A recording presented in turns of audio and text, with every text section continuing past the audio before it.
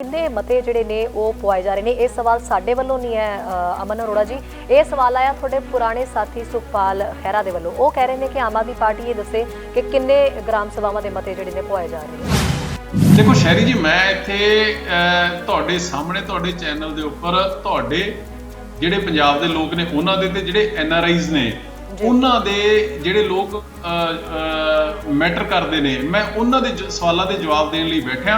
ਮੈਂ ਇੱਥੇ ਕਿਸੇ ਇੰਡੀਵਿਜੂਅਲ ਦੇ ਸਵਾਲਾਂ ਦੇ ਜਵਾਬ ਦੇਣ ਲਈ ਨਹੀਂ ਬੈਠਾ ਹੈਗਾ। ਉਹਨਾਂ ਕੋਲੇ ਜੇ ਕੋਈ ਇਸ ਤਰ੍ਹਾਂ ਦੀ ਕੋਈ ਜਾਣਕਾਰੀ ਲੈਣਾ ਚਾਹੁੰਦੇ ਨੇ ਤੇ ਉਹ ਪਾਰਟੀ ਤੋਂ ਲੈ ਸਕਦੇ ਨੇ। ਹੀ ਸਟਿਲ, ਚਾਹੇ ਜੋ ਵੀ ਹੋਇਆ, he still a member of the MLA of the party. Captain ਸਾਹਿਬ ਤੋਂ ਬਾਅਦ ਹੁਣ ਕਹਿੰਦੇ ਨੇ ਕੇਜਰੀਵਾਲ ਜਿਹੜੇ ਨੇ ਉਹ ਵੀ ਕਿਸਾਨਾਂ ਦੇ ਨਿਸ਼ਾਨੇ ਤੇ ਆ ਰਹੇ ਨੇ, ਕਿਉਂਕਿ ਕਿਸਾਨਾਂ ਨੇ ਇਹ ਵੀ ਕਹਿ ਦਿੱਤਾ ਹੈ ਕਿ ਜਿਹੜਾ ਖੇਤੀਬਾੜੀ ਕਾਨੂੰਨ ਬਣਾਇਆ ਉਸ ਦੇ ਖਿਲਾਫ ਜਿਹੜਾ ਬਿੱਲ ਹੈ ਉਹ ਕਿਤੇ ਨਾ ਕਿਤੇ ਦਿੱਲੀ ਸਰਕਾਰ ਵੀ ਪਾਸ ਕਰੇ। ਤੇ ਹੁਣ ਸਵਾਲ ਕੇਜਰੀਵਾਲ ਨੂੰ ਵੀ ਹੋਣਗੇ। ਦੇਖੋ ਹੁਣ ਜੇ ਤਾਂ ਸਿਰਫ ਔਰ ਸਿਰਫ ਸ਼ਹਿਰੀ ਜੀ ਆਪਾਂ ਸਵਾਲ ਕਰਨੇ ਨੇ, ਆਪਾਂ ਕੁਐਸਚਨ ਮਾਰਕ ਲਾਉਣੇ ਨੇ ਤੇ ਫਿਰ ਤਾਂ ਵਿਰੋਧੀਆਂ ਦਾ ਤਾਂ ਕੋਈ ਇਲਾਜ, ਕੋਈ ਹੱਲ ਹੈ ਨਹੀਂਗਾ। ਪਰ ਹੁਣ ਸਵਾਲ ਇਹ ਹੈ ਕਿ ਦਿੱਲੀ ਦੇ ਵਿੱਚ ਨੰਬਰ 1 ਦਾ ਜਿਹੜਾ ਨੰਬਰ ਆਫ ਫਾਰਮਰਸ ਹੈ ਉਹ ਬੜਾ ਮਿਨੀਸਕਿਊਲ ਹੈ, ਉਹ ਬੜਾ ਛੋਟਾ ਨੰਬਰ ਹੈ ਕਿਸਾਨਾਂ ਦਾ, ਨੰਬਰ 1। ਨੰਬਰ 2, ਉੱਥੇ ਐਸ਼ੋਰਡ ਪਰਚੇਜ਼ ਹੈ ਜਿਹੜੀ ਜਿਵੇਂ ਪੰਜਾਬ ਔਰ ਹਰਿਆਣਾ ਦੇ ਵਿੱਚ ਹੁੰਦੀ ਹੈ, ਉਹ ਹੁੰਦੀ ਹੋਈ ਨਹੀਂ ਹੈਗੀ। ਜਿਹੜੀ ਸਟੇਟ ਜਿੱਥੋਂ ਦੇ ਕਿਸਾਨ ਆ, ਜਿੱਥੋਂ ਦੇ ਲੋਕ ਇਫੈਕਟ ਹੀ ਨਹੀਂ ਹੋ ਰਹੇ ਹੈਗੇ, ਸੋ ਉੱਥੋਂ ਦੀ ਵਿਧਾਨ ਸਭਾ ਉਹਦੇ ਬਾਰੇ ਮਤਾ ਪਾਵੇ ਜਾਂ ਨਾ ਪਾਵੇ ਉਹ ਇਮਟੀਰੀਅਲ ਹੈ। ਕਿ ਕਾਂਗਰਸ ਪਾਰਟੀ, ਅਕਾਲੀ ਦਲ ਔਰ BJP ਤਿੰਨੋਂ ਆਪੋ ਆਪਣੀਆਂ ਭੂਮਿਕਾ ਨੇ ਜਿਹੜੀਆਂ ਉਹ ਦੱਸ ਦੇਣਾ। ਉਸ ਤੋਂ ਮਗਰੋਂ ਕੇਜਰੀਵਾਲ ਨੇ ਕੀ ਕੀਤਾ ਕਿਸਾਨਾਂ ਲਈ ਜਾਂ ਕੀ ਨਹੀਂ ਕੀਤਾ ਹੈਗਾ ਉਹ ਅਸੀਂ ਦੱਸ ਦਾਂਗੇ। ਕੈਪਟਨ ਅਮਰਿੰਦਰ ਚਾਹਣ ਸਾਫ਼ ਨੀਅਤ ਨਾਲ ਇਹ ਸੈਸ਼ਨ ਬੁਲਾਇਆ ਜਾਵੇ ਤੇ ਜੋ ਲੋਕਾਂ ਦੀਆਂ, ਜੋ ਕਿਸਾਨਾਂ ਦੀਆਂ ਸਹੀ ਮਾਇਨੇ ਨੇ, ਜੇ ਮੁਤਾਬਿਕ ਉਹ ਪਾਸ ਵਿਧਾਨ ਸਭਾ ਦਾ ਫਾਇਦਾ ਸਕਦਾ।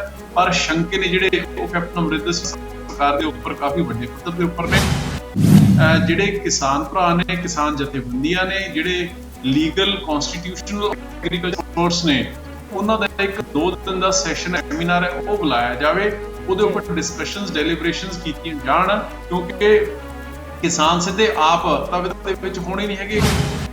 ਅਮਨ ਜੀ, ਨੀਅਤ ਦੀ ਖੋਟ ਦੀ ਤੁਸੀਂ ਗੱਲ ਕੀਤੀ ਹੈ, ਨੀਅਤ ਵਿੱਚ ਕਿੱਥੇ ਖੋਟ ਨਜ਼ਰ ਆ ਰਹੀ ਹੈ? ਜੇ ਕਾਂਗਰਸ ਨੇ ਇਹ ਸੈਸ਼ਨ ਸੱਦ ਹੀ ਲਿਆ ਤਾਂ ਕੀ ਸਿਰਫ ਕਿਸਾਨਾਂ ਨੇ ਜਿਹੜਾ ਉਹਨਾਂ ਨੂੰ ਚੇਤਾਵਨੀ ਦਿੱਤੀ ਸੀ ਕਿ ਉਹਨਾਂ ਦੇ ਘਰਾਂ ਦਾ ਘਿਰਾਓ ਕਰਾਂਗੇ ਲੀਡਰਾਂ ਦੇ, ਸਿਰਫ ਫਿਰ ਉਹ ਡਰ ਕਰਕੇ ਸੈਸ਼ਨ ਸੱਦਿਆ ਗਿਆ? ਜੇ ਨੀਅਤ ਵਿੱਚ ਖੋਟ ਹੈ ਨਾ, ਜਦੋਂ WTO ਦੇ ਵਿੱਚ ਐਗਰੀਮੈਂਟਸ ਹੋਏ ਨੇ, ਕਮਿਟਮੈਂਟਸ ਕੰਟਰੀ ਨੇ ਕੀਤੀਆਂ ਨੇ, ਉਸ ਤੋਂ ਬਾਅਦ ਵੀ ਔਰ ਉਸ ਸਮੇਂ ਵੀ ਬਹੁਤ ਲੰਮਾ ਸਮਾਂ ਕਾਂਗਰਸ ਦੀ ਸਰਕਾਰਾਂ ਨੇ ਜਿਹੜੀਆਂ ਉਹ ਰਹੀਆਂ ਨੇ। ਅਮਨ ਜੀ, ਕਿਹਾ ਜਾ ਰਿਹਾ ਹੈ ਕਿ ਪੰਜਾਬ ਕਾਂਗਰਸ ਨੂੰ ਜਿਹੜਾ ਹਾਈ ਕਮਾਂਡ ਦੇ ਵੱਲੋਂ ਖੇਤੀ ਕਾਨੂੰਨ ਦੇ ਵਿਰੁੱਧ ਇੱਕ ਡਰਾਫਟ ਬਿੱਲ ਭੇਜਿਆ ਗਿਆ ਜਿਹੜਾ ਕਿ ਵਿਧਾਨ ਸਭਾ ਸੈਸ਼ਨ ਦੇ ਵਿੱਚ ਪਾਸ ਕੀਤਾ ਜਾਣਾ ਹੈ। ਸਤਿ ਸ਼੍ਰੀ ਅਕਾਲ ਦਰਸ਼ਕੋ, ਚੈਨਲ ਪੰਜਾਬੀ ਦੇਖ ਰਹੇ ਸਾਰੇ ਦਰਸ਼ਕਾਂ ਦਾ ਮਾਰਨਿੰਗ ਸ਼ੋਅ ਦੇ ਵਿੱਚ ਸਵਾਗਤ ਹੈ। ਗੁੱਡ ਮਾਰਨਿੰਗ ਸਾਰਿਆਂ ਨੂੰ ਜੀ, ਕੀ ਹਾਲ ਚਾਲ ਹੈ? ਬਿਲਕੁਲ ਉਮੀਦ ਕਰਦੇ ਹਾਂ ਕਿ ਠੀਕ ਹੋਵੋਗੇ ਤੁਸੀਂ ਸਾਰੇ। ਸੋ ਸਭ ਤੋਂ ਪਹਿਲਾਂ ਤਾਂ ਅੱਜ ਅਸੀਂ ਗੱਲ ਜਿਹੜੀ ਹੈ ਅਪਡੇਟ ਦੇ ਵਿੱਚ ਪੰਜਾਬ ਦੀ ਹੀ ਕਰਾਂਗੇ। ਪੰਜਾਬ ਦਾ ਦੱਸ ਦਈਏ ਕਿ ਕਿਸਾਨ ਜਿਸ ਤਰੀਕੇ ਨਾਲ ਇਸ ਵੇਲੇ ਰੋਹ ਦੇ ਵਿੱਚ ਕਾਫੀ ਦਿਖਾਈ ਦੇ ਰਹੇ ਨੇ, ਕਿਉਂਕਿ ਜਿਸ ਤਰੀਕੇ ਨਾਲ ਕੇਂਦਰ ਸਰਕਾਰ ਦੇ ਨਾਲ ਮੀਟਿੰਗ ਜਿਹੜੀ ਹੈ ਕਿਸਾਨਾਂ ਦੀ ਬੇਸਿੱਟਾ ਰਹੀ, ਉਸ ਨੂੰ ਲੈ ਕੇ ਕਿਸਾਨਾਂ ਦੇ ਵਿੱਚ ਜਿਹੜਾ ਰੋਸ ਹੋਰ ਵੀ ਜ਼ਿਆਦਾ ਵੱਧਦਾ ਜਾ ਰਿਹਾ ਹੈ ਤੇ ਕਿਸਾਨ ਹੁਣ ਆਪਣੀ ਅਗਲੀ ਰਣਨੀਤੀ ਬਾਰੇ ਸੋਚ ਰਹੇ ਨੇ ਤੇ ਉਹਨਾਂ ਨੇ ਭਾਜਪਾ ਜਿਹੜੇ ਲੀਡਰ ਨੇ ਉਹਨਾਂ ਦੇ ਘਰਾਂ ਦਾ ਘਿਰਾਓ ਕਰਨ ਦੀ ਹੁਣ ਠਾਣ ਲਈ ਹੈ। ਅਜਿਹੇ ਦੇ ਵਿੱਚ 19 ਅਕਤੂਬਰ ਨੂੰ ਵਿਧਾਨ ਸਭਾ ਸੈਸ਼ਨ ਵੀ ਬੁਲਾਇਆ ਗਿਆ। ਵਿਧਾਨ ਸਭਾ ਸੈਸ਼ਨ ਦੇ ਵਿੱਚ ਕੀ ਕੁਝ ਖਾਸ ਰਹੇਗਾ, ਖਾਸ ਕਰਕੇ ਜਿਹੜੀਆਂ ਵਿਰੋਧੀ ਧਿਰਾਂ ਨੇ ਉਹਨਾਂ ਦਾ ਵਿਧਾਨ ਸਭਾ ਸੈਸ਼ਨ ਦੇ ਉੱਤੇ ਕੀ ਕੁਝ ਕਹਿਣਾ ਹੈ, ਉਹ ਕਿਸ ਤਰੀਕੇ ਨਾਲ ਇਸ ਸੈਸ਼ਨ ਨੂੰ ਲੈ ਰਹੀਆਂ ਨੇ। ਅਜਿਹੇ ਦੇ ਵਿੱਚ ਗੱਲ ਸਾਡੇ ਨਾਲ ਕਰਨ ਦੇ ਲਈ ਆਮ ਆਦਮੀ ਪਾਰਟੀ ਦੇ senior leader MLA Aman Arora ji ਜੁੜੇ ਹੋਏ ਨੇ। ਅਮਨ ਅਰੋੜਾ ਨਾਲ ਇਸ ਮੁਤਲਕ ਅਸੀਂ ਗੱਲਬਾਤ ਕਰਾਂਗੇ। ਅਮਨ ਜੀ, ਸਵਾਗਤ ਹੈ ਜੀ ਚੈਨਲ ਪੰਜਾਬੀ ਤੇ। ਮਨੀਸ਼ੇਰ ਜੀ, ਤੁਹਾਡਾ ਵੀ ਸਾਰੇ ਦਰਸ਼ਕਾਂ ਦਾ ਸਾਰਿਆਂ ਨੂੰ ਸਤਿ ਸ਼੍ਰੀ ਅਕਾਲ, ਨਮਸਕਾਰ। ਤੁਹਾਨੂੰ ਚੜ੍ਹਦੀ ਕਲਾ ਵਿੱਚ ਰੱਖੀ ਜੀ। ਸਤਿ ਸ਼੍ਰੀ ਅਕਾਲ ਅਮਨ ਜੀ। ਅਮਨ ਜੀ, ਸਭ ਤੋਂ ਪਹਿਲਾਂ ਤਾਂ ਇਹ ਦੱਸੋ ਕਿ ਜਿਹੜਾ ਵਿਧਾਨ ਸਭਾ ਸੈਸ਼ਨ ਸੱਦਿਆ ਗਿਆ, ਕੀ ਉਹ ਕਿਸਾਨਾਂ ਦੇ ਦਰਦ ਦੀ ਦਵਾਈ ਬਣੇਗਾ? ਦੇਖੋ ਇਸ ਤਰ੍ਹਾਂ ਸ਼ਹਿਰੀ ਜੀ, ਜੇ ਨੀਅਤ ਹੋਵੇ, ਸਰਕਾਰ ਦੀ ਨੀਅਤ ਔਰ ਨੀਤੀ ਸਾਫ਼ ਹੋਵੇ ਤੇ ਡੈਫੀਨਿਟਲੀ ਜਿਹੜਾ ਵਿਧਾਨ ਸਭਾ ਦਾ ਸੈਸ਼ਨ ਹੁੰਦਾ ਉਹ ਰਾਜ ਦੇ ਲੋਕਾਂ ਦੇ ਦੁੱਖ ਦਰਦ ਤੋੜਨ ਦੇ ਲਈ ਹੀ ਤੇ ਉਹਨਾਂ ਦੀ ਦਵਾ ਦਾਰੂ ਬਣਨ ਦੇ ਲਈ ਹੀ ਹੁੰਦਾ। ਪਰ ਉਹਦੇ ਲਈ ਪ੍ਰੀ ਕੰਡੀਸ਼ਨ ਇਹ ਹੈ ਕਿ ਨੀਅਤ ਔਰ ਨੀਤੀ ਜਿਹੜੀ ਉਹ ਸਾਫ਼ ਹੋਣੀ ਚਾਹੀਦੀ ਹੈ। ਮੈਂ ਪਹਿਲਾਂ ਵੀ ਕਈ ਵਾਰੀ ਕਹਿ ਚੁੱਕਿਆ ਕਿ ਜੇ ਕੈਪਟਨ ਅਮਰਿੰਦਰ ਚਾਹਣ ਸਾਫ਼ ਨੀਅਤ ਨਾਲ ਇਹ ਸੈਸ਼ਨ ਬੁਲਾਇਆ ਜਾਵੇ ਤੇ ਜੋ ਲੋਕਾਂ ਦੀਆਂ, ਜੋ ਕਿਸਾਨਾਂ ਦੀਆਂ ਸਹੀ ਮਾਇਨੇ ਨੇ, ਜੇ ਮੁਤਾਬਿਕ ਉਹ ਪਾਸ ਵਿਧਾਨ ਸਭਾ ਦਾ ਫਾਇਦਾ ਸਕਦਾ। ਪਰ ਸ਼ੰਕੇ ਨੇ ਜਿਹੜੇ ਉਹ ਕੈਪਟਨ ਅਮਰਿੰਦਰ ਸਰਕਾਰ ਦੇ ਉੱਪਰ ਕਾਫੀ ਵੱਡੇ ਪੱਧਰ ਦੇ ਉੱਪਰ ਨੇ। ਅੱਜ ਹੀ ਇੱਥੇ ਪ੍ਰੈਸ ਕਾਨਫਰੰਸ ਕਰਕੇ ਇਹ ਡਿਮਾਂਡ ਕਰਕੇ ਹਟਿਆ ਕਿ ਤੁਸੀਂ ਇੱਕ ਦਿਨ ਦਾ ਸੈਸ਼ਨ ਬੁਲਾਇਆ 19 ਤਾਰੀਖ ਨੂੰ। ਨੰਬਰ 1 ਤਾਂ ਇਹ ਸੈਸ਼ਨ, ਕਿਉਂਕਿ ਇੱਕ ਤਾਂ ਇਹੀ ਸਭ ਤੋਂ ਬਹੁਤ ਵੱਡਾ ਮਸਲਾ, ਹੋਰ ਵੀ ਇਸ਼ੂਜ਼ ਕਈ ਨੇ, ਹੈ ਜਿਹੜਾ ਉਹ ਘੱਟੋ ਘੱਟ ਇੱਕ ਹਫ਼ਤੇ ਦਾ ਹੋਣਾ ਚਾਹੀਦਾ ਤਾਂ ਕਿ ਡਿਟੇਲ ਡਿਸਕਸ਼ਨਸ ਨੇ ਜਿਹੜੀਆਂ ਉਹਦੇ ਉੱਪਰ ਹੋ ਸਕਣ। ਔਰ ਸਭ ਤੋਂ ਇੰਪੋਰਟੈਂਟ ਗੱਲ ਹੈ ਕਿ ਇਸ ਸੈਸ਼ਨ ਤੋਂ ਪਹਿਲਾਂ ਜਿਹੜੇ ਕਿਸਾਨ ਭਰਾ ਨੇ, ਕਿਸਾਨ ਜਥੇਬੰਦੀਆਂ ਨੇ, ਜਿਹੜੇ ਲੀਗਲ ਕਨਸਟੀਟਿਊਸ਼ਨਲ ਐਗਰੀਕਲਚਰਸ ਨੇ, ਉਹਨਾਂ ਦਾ ਇੱਕ 2 ਦਿਨ ਦਾ ਸੈਸ਼ਨ ਸੈਮੀਨਾਰ ਹੈ ਉਹ ਬੁਲਾਇਆ ਜਾਵੇ। ਉਹਦੇ ਉੱਪਰ ਡਿਸਕਸ਼ਨਸ ਡੈਲੀਬਰੇਸ਼ਨਸ ਕੀਤੀਆਂ ਜਾਣ, ਕਿਉਂਕਿ ਕਿਸਾਨ ਸਿੱਧੇ ਆਪ ਤਵੇ ਦੇ ਵਿੱਚ ਹੋਣੇ ਨਹੀਂ ਹੈਗੇ। ਉਹ ਸਹੀ ਮਾਇਨੇ ਦੇ ਆਉਂਦੇ ਕੀ ਨੇ, ਇਹਦਾ ਡੂਏਬਲ ਪ੍ਰੈਕਟਿਕਲ ਸੋਲੂਸ਼ਨ ਕੀ ਹੈ, ਹੱਲ ਕੀ ਹੈ, ਉਹਦੇ ਅਕੋਰਡਿੰਗਲੀ ਜਿਹੜਾ ਦੇ ਵਿੱਚ ਲੈ ਕੇ ਆਉਣਾ ਚਾਹੀਦਾ, ਨਾ ਕਿ ਜਿਹੜਾ ਇਹ ਸਿਰਫ ਔਰ ਸਿਰਫ ਇੱਕ ਕਾਂਗਰਸੀ ਜਾਂ ਸਰਕਾਰੀ ਮਤਾ ਹੋਵੇ based on election campaign of 2022 2000 ਚੋਣਾਂ ਨੂੰ ਮੱਦੇਨਜ਼ਰ ਰੱਖ ਕੇ ਇਹ ਮਤਾ ਨਹੀਂ ਆਉਣਾ ਚਾਹੀਦਾ ਹੈਗਾ। ਇਹ ਕਿਸਾਨ ਜਥੇਬੰਦੀਆਂ ਦੀ ਸਲਾਹ ਦੇ ਨਾਲ, ਉਹਨਾਂ ਦੇ ਮਸ਼ਵਰੇ ਦੇ ਨਾਲ ਔਰ ਜਿਹੜੇ ਐਕਸਪਰਟਸ ਨੇ ਉਹਨਾਂ ਦੇ ਮੁਤਾਬਿਕ ਮਤਾ ਤਿਆਰ ਹੋਣਾ ਚਾਹੀਦਾ ਤੇ ਉਹ ਯੂਨੈਨਿਮਸਲੀ ਪਾਸ ਹੋਣਾ ਚਾਹੀਦਾ। ਜੇ ਇਸ ਤਰੀਕੇ ਸਰਕਾਰ ਕੰਮ ਕਰਦੀ ਹੈ ਤੇ ਡੈਫੀਨਿਟਲੀ ਮੈਂ ਸਮਝਦਾ ਕਿ ਇਸ ਇੱਕ ਦਿਨ ਦੇ ਸੈਸ਼ਨ ਨਾਲ ਹੀ ਦਰਦ ਨੇ ਉਹ ਤੋੜੇ ਜਾ ਸਕਦੇ ਨੇ। ਜੀ ਅਮਨ ਜੀ, ਨੀਅਤ ਦੀ ਖੋਟ ਦੀ ਤੁਸੀਂ ਗੱਲ ਕੀਤੀ ਹੈ, ਨੀਅਤ ਵਿੱਚ ਕਿੱਥੇ ਖੋਟ ਨਜ਼ਰ ਆ ਰਹੀ ਹੈ? ਜੇ ਕਾਂਗਰਸ ਨੇ ਇਹ ਸੈਸ਼ਨ ਸੱਦ ਹੀ ਲਿਆ ਤਾਂ ਕੀ ਸਿਰਫ ਕਿਸਾਨਾਂ ਨੇ ਜਿਹੜਾ ਉਹਨਾਂ ਨੂੰ ਚੇਤਾਵਨੀ ਦਿੱਤੀ ਸੀ ਕਿ ਉਹਨਾਂ ਦੇ ਘਰਾਂ ਦਾ ਘਿਰਾਓ ਕਰਾਂਗੇ ਲੀਡਰਾਂ ਦੇ, ਸਿਰਫ ਫਿਰ ਉਹ ਡਰ ਕਰਕੇ ਸੈਸ਼ਨ ਸੱਦਿਆ ਗਿਆ? ਜੇ ਨੀਅਤ ਵਿੱਚ ਖੋਟ ਹੈ ਨਾ। ਦੇਖੋ ਸ਼ੈਰੀ ਜੀ, ਇਹਦੇ ਇੱਕ ਬੜੀ ਲੰਬੀ ਹਿਸਟਰੀ ਹੈ, ਇਹਦੇ ਵਿੱਚ ਕਈ ਪੁਆਇੰਟਸ ਨੇ। ਨੰਬਰ 1 ਤਾਂ ਪਿਛਲੇ ਦਿਨਾਂ 'ਚ ਤੁਸੀਂ ਦੇਖਿਆ ਹੋਵੇਗਾ ਕੈਪਟਨ ਅਮਰਿੰਦਰ ਸਿੰਘ ਨੇ ਪਹਿਲਾਂ ਮਨਾ ਹੀ ਕਰ ਦਿੱਤਾ ਸੀ ਕਿ ਸੈਸ਼ਨ ਨਹੀਂ ਬੁਲਾਉਣਾ ਹੈਗਾ। ਉਹ ਤਾਂ ਜਦੋਂ ਬਾਅਦ ਦੇ ਵਿੱਚ ਕਿਸਾਨ ਜਥੇਬੰਦੀਆਂ ਵੱਲੋਂ, ਸਾਡੀਆਂ ਆਪੋਜੀਸ਼ਨ ਵੱਲੋਂ ਜਦੋਂ ਇਹ ਪ੍ਰੈਸ਼ਰ ਪਿਆ ਤੇ ਉਹਨਾਂ ਨੇ ਕਿਹਾ ਕਿ ਸੈਸ਼ਨ ਜਿਹੜਾ ਚਲੋ ਸੱਦ ਲੈਂਦੇ ਅਸੀਂ ਇੱਕ ਦਿਨ ਦਾ। ਹੁਣ ਮੈਨੂੰ ਕਾਂਗਰਸ ਪਾਰਟੀ ਤੇ ਕੈਪਟਨ ਅਮਰਿੰਦਰ ਸਿੰਘ ਦੀ ਨੀਅਤ ਤੇ ਖਦਸ਼ੇ ਕਿਉਂ ਨੇ? ਦੇਖੋ MSP ਹੈ ਜਿਹੜੀ, ਉਹ ਅੱਜ ਦੀ ਤਾਂ ਹੈ ਨਹੀਂ, ਇਹ ਪਿਛਲੇ ਤਕਰੀਬਨ 60 ਸਾਲਾਂ ਦੀ ਹੈ। ਜਦੋਂ 60 ਸਾਲਾਂ ਦੇ ਵਿੱਚ ਤਕਰੀਬਨ 45-50 ਸਾਲ ਯੂਪੀਏ ਦਾ ਕਾਂਗਰਸ ਦਾ ਰਾਜ ਰਿਹਾ ਤੇ ਹੁਣ ਤੱਕ ਐਸ਼ੋਰਡ ਪਰਚੇਜ਼ ਹੈ ਜਿਹੜੀ MSP ਦੇ ਰੇਟ ਦੇ ਉੱਪਰ, ਉਹਦਾ ਲੀਗਲ ਰਾਈਟ ਹੈ ਜਿਹੜਾ ਉਹ ਕਿਸਾਨਾਂ ਨੂੰ ਕਿਉਂ ਨਹੀਂ ਦੇ ਦਿੱਤਾ ਗਿਆ? ਨੰਬਰ 1। ਨੰਬਰ 2, ਜਦੋਂ WTO ਦੇ ਵਿੱਚ ਐਗਰੀਮੈਂਟਸ ਹੋਏ ਨੇ, ਕਮਿਟਮੈਂਟਸ ਕੰਟਰੀ ਨੇ ਕੀਤੀਆਂ ਨੇ, ਉਸ ਤੋਂ ਬਾਅਦ ਵੀ ਔਰ ਉਸ ਸਮੇਂ ਵੀ ਬਹੁਤ ਲੰਮਾ ਸਮਾਂ ਕਾਂਗਰਸ ਦੀਆਂ ਸਰਕਾਰਾਂ ਨੇ ਜਿਹੜੀਆਂ ਉਹ ਰਹੀਆਂ ਨੇ। ਨੰਬਰ 3, 2017 ਦੇ ਵਿੱਚ 2019 ਦੇ ਵਿੱਚ ਕਾਂਗਰਸ ਪਾਰਟੀ ਆਪਣੇ ਮੈਨੀਫੈਸਟੋਜ਼ ਦੇ ਵਿੱਚ ਇਹੀ ਸ਼ਰਤਾਂ ਨੇ ਜਿਹੜੀਆਂ, ਇਹੀ ਵਾਅਦੇ ਨੇ ਜਿਹੜੇ ਕਿ ਹੁਣ ਇਹਨਾਂ ਕਾਨੂੰਨਾਂ ਦੇ ਵਿੱਚ ਲਿਆਂਦੇ ਗਏ ਨੇ, ਉਹ ਆਲਰੇਡੀ ਕਰ ਚੁੱਕੇ ਨੇ। ਨੰਬਰ 3, 1 ਸਾਲ ਪਹਿਲਾਂ, ਸਵਾ ਸਾਲ ਪਹਿਲਾਂ ਨਰਿੰਦਰ ਮੋਦੀ ਜੀ ਨੇ ਨੀਤੀ ਆਯੋਗ ਦੇ ਰਾਹੀਂ ਜਿਹੜੀ 7 ਮੈਂਬਰਾਂ ਦੀ ਹਾਈ ਪਾਵਰਡ ਚੀਫ ਮਿਨਿਸਟਰਾਂ ਦੀ ਕਮੇਟੀ ਬਣਾਈ ਸੀ। ਉਹਦੇ ਕਾਂਗਰਸ ਦੇ 2 ਚੀਫ ਮਿਨਿਸਟਰ ਸੀਗੇ, ਕੈਪਟਨ ਅਮਰਿੰਦਰ ਸਿੰਘ ਪੰਜਾਬ ਤੋਂ ਔਰ MP ਤੋਂ ਕਮਲ ਨਾਥ ਜੀ। ਕੈਪਟਨ ਅਮਰਿੰਦਰ ਸਿੰਘ ਖੇਤੀ ਪ੍ਰਧਾਨ ਸੂਬਾ ਹੋਣ ਦੇ ਬਾਵਜੂਦ ਵੀ ਪਹਿਲੀ ਉਸ ਮੀਟਿੰਗ ਦੇ ਵਿੱਚ ਜਿਹੜੀ ਕਿ 18 ਅਗਸਤ ਨੂੰ ਹੋਈ ਸੀ, ਉਹਦੇ ਵਿੱਚ ਖੁਦ ਆਪ ਗਏ ਨਹੀਂ। ਅਗਲੀ ਮੀਟਿੰਗ 16 ਸਤੰਬਰ 2019 ਨੂੰ ਹੀ ਮਨਪ੍ਰੀਤ ਬਾਦਲ ਜੀ ਨੂੰ ਭੇਜ ਦਿੱਤਾ। ਉੱਥੇ ਜਾ ਕੇ ਉਹ ਸਹਿਮਤੀਆਂ ਦੇ ਆਏ ਇਹਨਾਂ ਇਸ਼ੂਜ਼ ਦੇ ਉੱਪਰ ਹੀ। ਪੂਰੇ ਪੰਜਾਬ ਦੇ ਵਿੱਚ ਕਿਸੇ ਕਿਸਾਨ ਜਥੇਬੰਦੀ ਨੂੰ, ਕਿਸੇ ਪੋਲੀਟੀਕਲ ਪਾਰਟੀ ਨੂੰ ਜਾਂ ਮੀਡੀਆ ਨੂੰ ਦੱਸਿਆ ਨਹੀਂ ਗਿਆ ਹੈਗਾ। ਤੇ ਉਸ ਤੋਂ ਬਾਅਦ ਇਹ ਉਦੋਂ ਪਤਾ ਲੱਗਦਾ ਜਦੋਂ ਪਾਰਲੀਮੈਂਟ ਦੇ ਵਿੱਚ ਇੱਕ ਰਾਜ ਮੰਤਰੀ ਨੇ ਇਹਦੇ ਬਾਰੇ ਖੁਲਾਸਾ ਕੀਤਾ। ਜੇ ਸਵਾ ਸਾਲ ਪਹਿਲਾਂ ਇਹ ਸਾਰਾ ਕੁਝ ਦੱਸ ਦਿੱਤਾ ਜਾਂਦਾ ਤੇ ਮੈਂ ਸਮਝਦਾ ਕਿ ਸਵਾ ਸਾਲ ਦੇ ਵਿੱਚ ਕੋਈ ਨਾ ਕੋਈ ਹੱਲ ਹੋ ਸਕਦਾ ਸੀਗਾ। ਡਾਕਟਰ ਮਨਟੇਕ ਸਿੰਘ ਆਹਲੂਵਾਲੀਆ ਦੀ ਇੱਕ ਕਮੇਟੀ ਬਣਾਈ ਕੈਪਟਨ ਅਮਰਿੰਦਰ ਸਿੰਘ ਨੇ ਕੋਵਿਡ ਦੇ ਦੌਰਾਨ। ਉਹਦੀਆਂ ਕਮੇਟੀ ਦੀਆਂ ਰਿਪੋਰਟਾਂ ਦੇ ਵਿੱਚ ਵੀ ਇਹੀ ਕੁਝ ਸੀਗਾ ਜੋ ਹੁਣ ਇਹਨਾਂ ਨੇ ਲੈ ਕੇ ਆਏ ਨੇ। ਇਸ ਤੋਂ ਇਲਾਵਾ 24 ਜੂਨ ਨੂੰ ਆਲ ਪਾਰਟੀ ਮੀਟਿੰਗ ਸੀ, ਉਹਦੇ ਵਿੱਚ ਅਸੀਂ ਲੰਬੇ ਸਮੇਂ ਤੋਂ ਕਿਹਾ ਕਿ ਤੁਸੀਂ ਪ੍ਰਧਾਨ ਮੰਤਰੀ ਕੋਲੇ ਆਲ ਪਾਰਟੀ ਡੈਲੀਗੇਸ਼ਨ ਲੈ ਕੇ ਚੱਲੋ। ਸਾਡੇ ਆਮ ਆਦਮੀ ਪਾਰਟੀ ਦੇ ਸਾਰੇ MLA ਜਾਣਗੇ, ਪਰ 3 ਮਹੀਨੇ ਉਹਦੇ ਵਿੱਚ ਵੀ ਕੁਝ ਨਹੀਂ ਕੀਤਾ ਹੈਗਾ। ਔਰ ਲਾਸਟਲੀ ਐਂਡ ਮੋਸਟ ਇੰਪੋਰਟੈਂਟ, 2017 ਦੇ ਵਿੱਚ ਕੈਪਟਨ ਅਮਰਿੰਦਰ ਸਿੰਘ ਨੇ ਕਿਸਾਨਾਂ ਦੇ ਨਾਲ ਜਿੰਨੇ ਵਾਅਦੇ ਕੀਤੇ, ਮੈਂ ਤੁਹਾਡਾ ਤਕਰੀਬਨ 1 ਲੱਖ ਕਰੋੜ ਦਾ ਕਰਜ਼ਾ ਮਾਫ ਕਰ ਦੂੰਗਾ, ਮੈਂ 20,000 ਰੁਪਏ ਮੁਆਵਜ਼ਾ ਦਊਂਗਾ ਜੇ ਕਿਸੇ ਦਾ ਪਰ ਏਕੜ, ਜੇ ਕਿਸੇ ਦਾ ਉਜਾੜਾ ਹੋ ਜਾਂਦਾ ਫਸਲ ਦਾ, 10 ਲੱਖ ਰੁਪਏ ਔਰ ਸਰਕਾਰੀ ਨੌਕਰੀ ਉਹਨਾਂ ਲੋਕਾਂ ਨੂੰ ਦੇਵਾਂਗੇ ਜੇ ਕਿਸੇ ਦਾ ਕਿਸਾਨ ਭਰਾ ਦਾ ਜੇ ਕੋਈ ਪਰਿਵਾਰਕ ਮੈਂਬਰ ਖੁਦਕੁਸ਼ੀ ਕਰ ਜਾਂਦਾ ਹੈ। ਇਹਨਾਂ ਵਿੱਚੋਂ ਇੱਕ ਵੀ ਵਾਅਦਾ ਕੈਪਟਨ ਅਮਰਿੰਦਰ ਸਿੰਘ ਨੇ ਪੂਰਾ ਨਹੀਂ ਕੀਤਾ ਹੈਗਾ। ਸੋ ਜਦੋਂ ਸ਼ਹਿਰੀ ਜੀ ਇੰਨੀ ਲੰਬੀ ਹਿਸਟਰੀ ਹੋਵੇ ਕਿਸੇ ਪਾਰਟੀ ਦੀ ਔਰ ਕਿਸੇ ਪੋਲੀਟੀਕਲ ਲੀਡਰ ਦੀ ਕਿ ਉਹਨਾਂ ਦੀ ਕਹਿਣੀ ਔਰ ਕਰਨੀ ਦੇ ਵਿੱਚ ਫਰਕ ਹੋਵੇ, ਹਾਥੀ ਕੇ ਦਾंत ਖਾਣੇ ਕੇ ਔਰ ਦਿਖਾਣੇ ਕੇ ਔਰ, ਤੇ ਤਾਂ ਫਿਰ ਜਿਹੜਾ ਖਦਸ਼ਾ ਹੈ, ਸ਼ੱਕ ਹੈ, ਉਹ ਸੁਭਾਵਿਕ ਹੈ। ਹੁਣ ਇਸੇ ਕਰਕੇ ਅਸੀਂ ਕੈਪਟਨ ਸਾਹਿਬ ਨੂੰ ਕਿਹਾ ਕਿ ਤੁਸੀਂ ਆਪਦਾ ਸਰਕਾਰੀ ਮਤਾ ਲੈ ਕੇ ਆਉਣ ਦੀ ਬਜਾਏ ਤੁਸੀਂ ਕਿਸਾਨਾਂ ਵੱਲੋਂ ਔਰ ਐਗਰੀਕਲਚਰ ਐਕਸਪਰਟਸ ਵੱਲੋਂ, ਲੀਗਲ ਔਰ ਕਨਸਟੀਟਿਊਸ਼ਨਲ ਐਕਸਪਰਟਸ ਵੱਲੋਂ ਤਿਆਰ ਕੀਤਾ ਗਿਆ ਮਤਾ ਜਿਹੜਾ ਉਹ ਲੈ ਕੇ ਆਵੇ ਤਾਂ ਕਿ ਉਹ ਸਰਵ ਪ੍ਰਵਾਨਿਤ ਹੋਵੇ। ਜੀ ਅਮਨ ਜੀ, ਕਿਹਾ ਜਾ ਰਿਹਾ ਹੈ ਕਿ ਪੰਜਾਬ ਕਾਂਗਰਸ ਨੂੰ ਜਿਹੜਾ ਹਾਈ ਕਮਾਂਡ ਦੇ ਵੱਲੋਂ ਖੇਤੀ ਕਾਨੂੰਨ ਦੇ ਵਿਰੁੱਧ ਇੱਕ ਡਰਾਫਟ ਬਿੱਲ ਭੇਜਿਆ ਗਿਆ ਹੈ, ਜਿਹੜਾ ਕਿ ਵਿਧਾਨ ਸਭਾ ਸੈਸ਼ਨ ਦੇ ਵਿੱਚ ਪਾਸ ਕੀਤਾ ਜਾਣਾ ਹੈ। ਨਹੀਂ ਦੇਖੋ, ਇਹਦੇ ਬਾਰੇ ਤਾਂ ਮੈਨੂੰ ਕੋਈ ਗਿਆਨ ਨਹੀਂ ਹੈ, ਮੈਨੂੰ ਤੁਹਾਡੇ ਤੋਂ ਸੁਣਨ ਨੂੰ ਮਿਲ ਰਿਹਾ ਹੈ। ਪਰ ਜੇ ਇਹ ਖੇਤੀ ਕਾਨੂੰਨ ਜੇ ਕਾਂਗਰਸ ਹਾਈ ਕਮਾਂਡ ਵੱਲੋਂ ਆਉਂਦਾ ਹੈ ਤੇ ਕਾਂਗਰਸ ਹਾਈ ਕਮਾਂਡ, ਤੁਹਾਨੂੰ ਮੈਂ ਦੱਸ ਹੀ ਦਿੱਤਾ ਕਿ WTO ਤੋਂ ਲੈ ਕੇ ਉਹਨਾਂ ਦਾ ਤਾਂ ਖੁਦ ਜਿਹੜਾ ਮਾਈਂਡ ਸੈਟ ਹੈ ਉਹ ਖੁਦ ਆਪ ਕਾਰਪੋਰੇਟ ਘਰਾਣਿਆਂ ਦੇ ਨਾਲ ਦਾ। ਸੋ ਜੇ ਉਸ ਤਰੀਕੇ ਦਾ ਕੋਈ ਆਉਂਦਾ ਹੈ ਤੇ ਫਿਰ ਮੈਂ ਸਮਝਦਾ, ਕਿਉਂਕਿ ਜਿਹੜੀ ਦਿੱਲੀ ਦੀ ਕਾਂਗਰਸ ਦੀ ਹਾਈ ਕਮਾਂਡ ਹੈ ਉਹਨੂੰ ਸ਼ਹਿਰੀ ਜੀ ਪੰਜਾਬ ਦੇ ਕਿਸਾਨਾਂ ਦੇ ਮਸਲੇ ਪਤਾ ਹੀ ਨਹੀਂ ਹੈਗੇ, ਦਿੱਕਤਾਂ ਕੀ ਨੇ ਉਹਨਾਂ ਨੂੰ ਪਤਾ ਹੀ ਨਹੀਂ ਹੈਗਾ। ਇਹ ਮੁਸ਼ਕਲਾਂ ਨੇ ਜਿਹੜੀਆਂ, ਇਹ ਦਿੱਕਤਾਂ ਆਉਣੀਆਂ ਨੇ, ਇਹ ਪੰਜਾਬ ਔਰ ਹਰਿਆਣਾ ਦੇ ਵਿੱਚ ਹੀ ਆਉਣੀਆਂ ਨੇ, ਕਿਉਂਕਿ ਪੂਰੇ ਮੁਲਕ ਦੇ ਵਿੱਚ ਮਹਿਜ਼ 6% ਕਿਸਾਨ ਹੀ ਨੇ ਜਿਨ੍ਹਾਂ ਨੂੰ ਐਸ਼ੋਰਡ ਪਰਚੇਜ਼, ਜਿਨ੍ਹਾਂ ਦੀ ਫਸਲ ਕੀਤੀ ਜਾਂਦੀ ਹੈ। ਬਾਕੀ ਜਿਹੜਾ ਕੰਟਰੀ ਹੈ ਉੱਥੇ ਤਾਂ ਐਸ਼ੋਰਡ ਪਰਚੇਜ਼ ਹੈ ਹੀ ਨਹੀਂਗੀ। ਸੋ ਇਸ ਕਰਕੇ ਨਾ ਹੀ ਉਹਨਾਂ ਨੂੰ ਇਹਨਾਂ ਚੀਜ਼ਾਂ ਦਾ ਪਤਾ ਹੈ ਔਰ ਨਾ ਹੀ ਉਹਨਾਂ ਲਈ ਪੰਜਾਬ ਮੈਟਰ ਕਰਦਾ ਹੈ, ਔਰ ਨਾ ਹੀ ਉਹਨਾਂ ਦਾ ਜਿਹੜਾ, ਜੇ ਮੈਂ ਤੁਹਾਨੂੰ 60 ਸਾਲ ਤੋਂ ਲੈ ਕੇ ਹੁਣ ਤੱਕ ਦੀ ਗੱਲ ਦੱਸੀ ਹੈ ਜਾਂ WTO ਵੇਲੇ ਦੀ ਗੱਲ ਦੱਸੀ ਹੈ, 10 ਸਾਲ ਯੂਪੀ ਦਾ ਇਸ ਤੋਂ ਪਹਿਲਾਂ ਰਾਜ ਰਿਹਾ ਹੈ, ਉਹਨਾਂ ਨੇ ਕਿਉਂ ਨਾ ਕੁਝ ਕਰਤਾ। ਜੇ ਇਸ ਤਰ੍ਹਾਂ ਦੀ, I am not sure about it what you are saying, ਕਿ ਉਹਨਾਂ ਨੇ ਕੋਈ ਮਤਾ ਭੇਜਿਆ ਕਾਂਗਰਸ ਦੀ ਸੈਂਟਰਲ ਹਾਈ ਲੀਡਰਸ਼ਿਪ ਨੇ, ਜੇ ਉਹਨਾਂ ਨੇ ਕੋਈ ਭੇਜਿਆ ਤੇ ਫਿਰ ਤਾਂ ਤੁਸੀਂ you can expect a disaster on 19 ਜੀ। ਅਮਨ ਜੀ, ਤੁਹਾਡੀ ਪਾਰਟੀ ਦੇ ਵੱਲੋਂ ਕੀ ਪਲਾਨਿੰਗ ਕੀਤੀ ਗਈ ਹੈ, ਕੀ ਅਗਲੀ ਰਣਨੀਤੀ ਹੈ, ਤੁਸੀਂ ਕਿਵੇਂ ਇਸ ਚੀਜ਼ ਨਾਲ ਨਜਿੱਠੋਗੇ? ਕੋਈ ਪਲਾਨਿੰਗ ਕੀਤੀ ਗਈ ਹੈ? ਤੁਹਾਡੇ ਵੱਲੋਂ ਗ੍ਰਾਮ ਸੰਭਵ ਜਿਹੜੇ ਮਤੇ ਉਹਨਾਂ ਦੀ ਵੀ ਗੱਲ ਕੀਤੀ ਜਾ ਰਹੀ ਹੈ, ਉਹਨਾਂ ਦਾ ਕੀ ਲਾਭ ਹੋਏਗਾ? ਦੇਖੋ ਸ਼ਹਿਰੀ ਜੀ, ਇਸ ਤਰ੍ਹਾਂ ਮੈਂ ਸਮਝਦਾ ਕਿ ਜਦੋਂ ਕੋਈ ਇਸ ਤਰ੍ਹਾਂ ਦੀ ਵਿਪਤਾ ਪੈ ਜੇ ਤੇ ਸੰਘਰਸ਼ ਦਾ ਹਰੇਕ ਰੂਪ ਦੇ ਵਿੱਚ ਕਿਸੇ ਨਾ ਕਿਸੇ ਫਾਰਮ ਦੇ ਵਿੱਚ ਉਹ ਬੈਨੀਫੀਸ਼ੀਅਲ ਹੁੰਦਾ ਹੈ। ਸਾਡੀ ਰਣਨੀਤੀ ਫਰੋਮ ਡੇ 1 ਬੜੀ ਸਿੱਧੀ ਹੈ ਕਿ ਜਦੋਂ ਦੇ 5 ਜੂਨ ਦੇ ਇਹ ਆਰਡੀਨੈਂਸਸ ਆਏ ਨੇ, ਸਾਨੂੰ ਪਤਾ ਲੱਗਿਆ ਕਿ ਇਹ ਕਾਲੇ ਕਾਨੂੰਨ ਲੈ ਕੇ ਆ ਰਹੀ ਹੈ ਕੇਂਦਰ ਸਰਕਾਰ। ਅਸੀਂ ਉਦੋਂ ਦੇ ਪੂਰੀ ਇਮਾਨਦਾਰ ਨੀਅਤ ਔਰ ਨੀਤੀ ਦੇ ਨਾਲ ਇਹਨਾਂ ਦੇ ਉੱਪਰ ਸੰਘਰਸ਼ ਕਰ ਰਹੇ ਹਾਂ।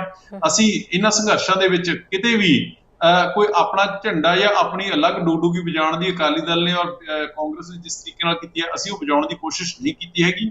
ਅਸੀਂ ਆਪਣੇ ਵਰਕਰਸ, ਵਲੰਟੀਅਰਸ ਨੂੰ, ਲੀਡਰਸ ਨੂੰ ਇਹੀ ਕਿਹਾ ਕਿ ਜਾ ਕੇ ਤੁਸੀਂ ਕਿਸਾਨਾਂ ਦੇ ਨਾਲ ਉਹਨਾਂ ਦੇ ਧਰਨੇ ਦੇ ਉੱਪਰ ਬੈਠੋ, ਉਹਨਾਂ ਦੇ ਮੁਤਾਬਿਕ ਹੈ ਜਿਹੜਾ ਅਸੀਂ ਆਪਣਾ ਜਿਹੜਾ ਧਰਨੇ ਨੇ ਉਹ ਪਲਾਨ ਕਰ ਰਹੇ ਹਾਂ।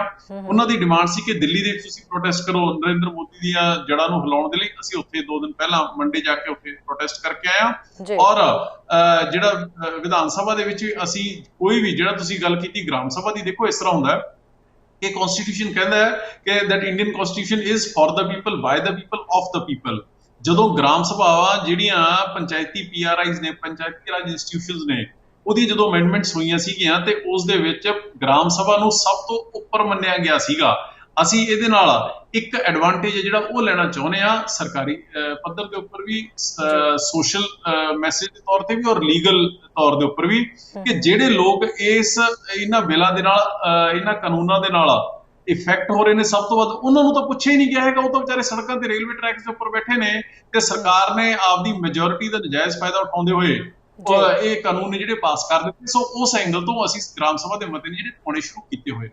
ਜੀ, ਮਤੇ ਪਾਉਣੇ ਸ਼ੁਰੂ ਕਰ ਦਿੱਤੇ ਨੇ। ਕਿੰਨੇ ਮਤੇ ਜਿਹੜੇ ਨੇ ਉਹ ਪਵਾਏ ਜਾ ਰਹੇ ਨੇ? ਇਹ ਸਵਾਲ ਸਾਡੇ ਵੱਲੋਂ ਨਹੀਂ ਹੈ ਅਮਨ ਅਰੋੜਾ ਜੀ, ਇਹ ਸਵਾਲ ਆਇਆ ਤੁਹਾਡੇ ਪੁਰਾਣੇ ਸਾਥੀ ਸੁਖਪਾਲ ਖਹਿਰਾ ਦੇ ਵੱਲੋਂ। ਉਹ ਕਹਿ ਰਹੇ ਨੇ ਕਿ ਆਮ ਆਦਮੀ ਪਾਰਟੀ ਇਹ ਦੱਸੇ ਕਿ ਕਿੰਨੇ ਗ੍ਰਾਮ ਸਭਾਵਾਂ ਦੇ ਮਤੇ ਜਿਹੜੇ ਨੇ ਪਵਾਏ ਜਾ ਰਹੇ ਨੇ।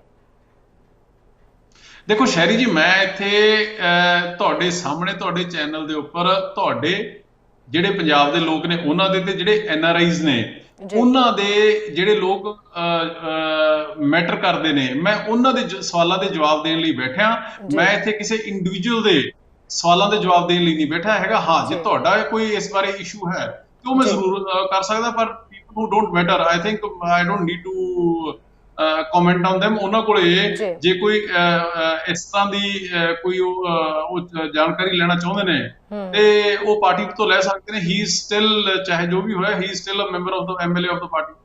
ਜੀ ਬਿਲਕੁਲ ਠੀਕ ਹੈ। ਆਮ ਆਦਮੀ ਪਾਰਟੀ ਤੋਂ ਆਪਾਂ ਪੁੱਛਦੇ ਹਾਂ, ਅਮਨ ਅਰੋੜਾ ਜੀ, ਤੁਹਾਡੇ ਕਹਿੰਦੇ ਨੇ ਕਿ ਤੁਹਾਡੀ ਪਾਰਟੀ ਜਿਹੜੀ ਉਹ ਵੱਧ ਚੜ ਕੇ ਜਿਹੜਾ ਕਿਸਾਨ ਅੰਦੋਲਨ ਜਦੋਂ ਹੋਇਆ ਤਾਂ ਬਹੁਤ ਹਿੱਸਾ ਲਿਆ, ਤੁਸੀਂ ਉਸ ਲਈ ਬਹੁਤ ਹੰਬਲਾ ਮਾਰਿਆ, ਕਿਸਾਨਾਂ ਦੇ ਪ੍ਰੋਪਰ ਨਾਲ ਖੜੇ ਹੋ। ਇਹਨਾਂ ਦਿਨਾਂ ਦੇ ਵਿੱਚ ਜ਼ਿਆਦਾ ਦਿਖਾਈ ਨਹੀਂ ਦੇ ਰਹੇ, ਕਿੱਥੇ ਸਾਰੇ ਕੈਂਡੀਡੇਟਸ ਨੇ, ਕੀ ਚੱਲ ਰਿਹਾ ਅੱਜ ਕੱਲ੍ਹ? ਕਿਸਾਨਾਂ ਦੇ ਨਾਲ ਕੁਝ ਖੜੇ ਦਿਖਾਈ ਨਹੀਂ ਦੇ ਰਹੇ। ਖਾਸ ਕਰਕੇ ਭਗਵੰਤ ਮਾਨ ਹਮੇਸ਼ਾ ਕਿਸਾਨਾਂ ਵੱਲ ਦੀ ਗੱਲ ਕਰਦੇ ਨੇ, ਉਹ ਵੀ ਅੱਜ ਕੱਲ੍ਹ ਦਿਖਾਈ ਨਹੀਂ ਦੇ ਰਹੇ। ਹਾਲਾਂਕਿ ਬਹੁਤ ਚੰਗੇ ਤੁਹਾਡੇ ਪਾਰਟੀ ਦੇ ਉਹ ਬੁਲਾਰੇ ਨੇ, ਬਟ ਕਿੱਥੇ ਨੇ ਉਹ? ਸ਼ਾਇਦ ਕਹਿ ਰਹੇ ਸੀ ਕਿ ਪਿਛਲੇ ਦਿਨਾਂ ਦੇ ਵਿੱਚ ਨੋ ਡਾਊਟ ਕਿ ਇਸ ਚੀਜ਼ ਤੇ ਬੜੇ ਸਵਾਲ ਵੀ ਖੜੇ ਹੋ ਰਹੇ ਸੀ ਕਿ ਹੁਣ ਆਮ ਆਦਮੀ ਪਾਰਟੀ ਦੇ ਜਿਹੜੇ ਜਿੰਨੇ ਕੈਂਡੀਡੇਟਸ ਨੇ ਉਹ ਦਿਖਾਈ ਕਿਉਂ ਨਹੀਂ ਦੇ ਰਹੇ, ਕਿਸਾਨਾਂ ਦੇ ਨਾਲ ਕਿਉਂ ਨਹੀਂ ਖੜੇ? ਇਹ ਤੁਸੀਂ ਹੁਣ ਦੱਸ ਦਿਓ, ਜੇ ਔਨ ਸਕਰੀਨ ਹੋ ਤਾਂ ਕਿਉਂ ਨਹੀਂ ਨਾਲ ਖੜੇ ਹੋ ਰਹੇ, ਦਿਖਾਈ ਕਿਉਂ ਨਹੀਂ ਦੇ ਰਹੇ ਸਾਰੇ?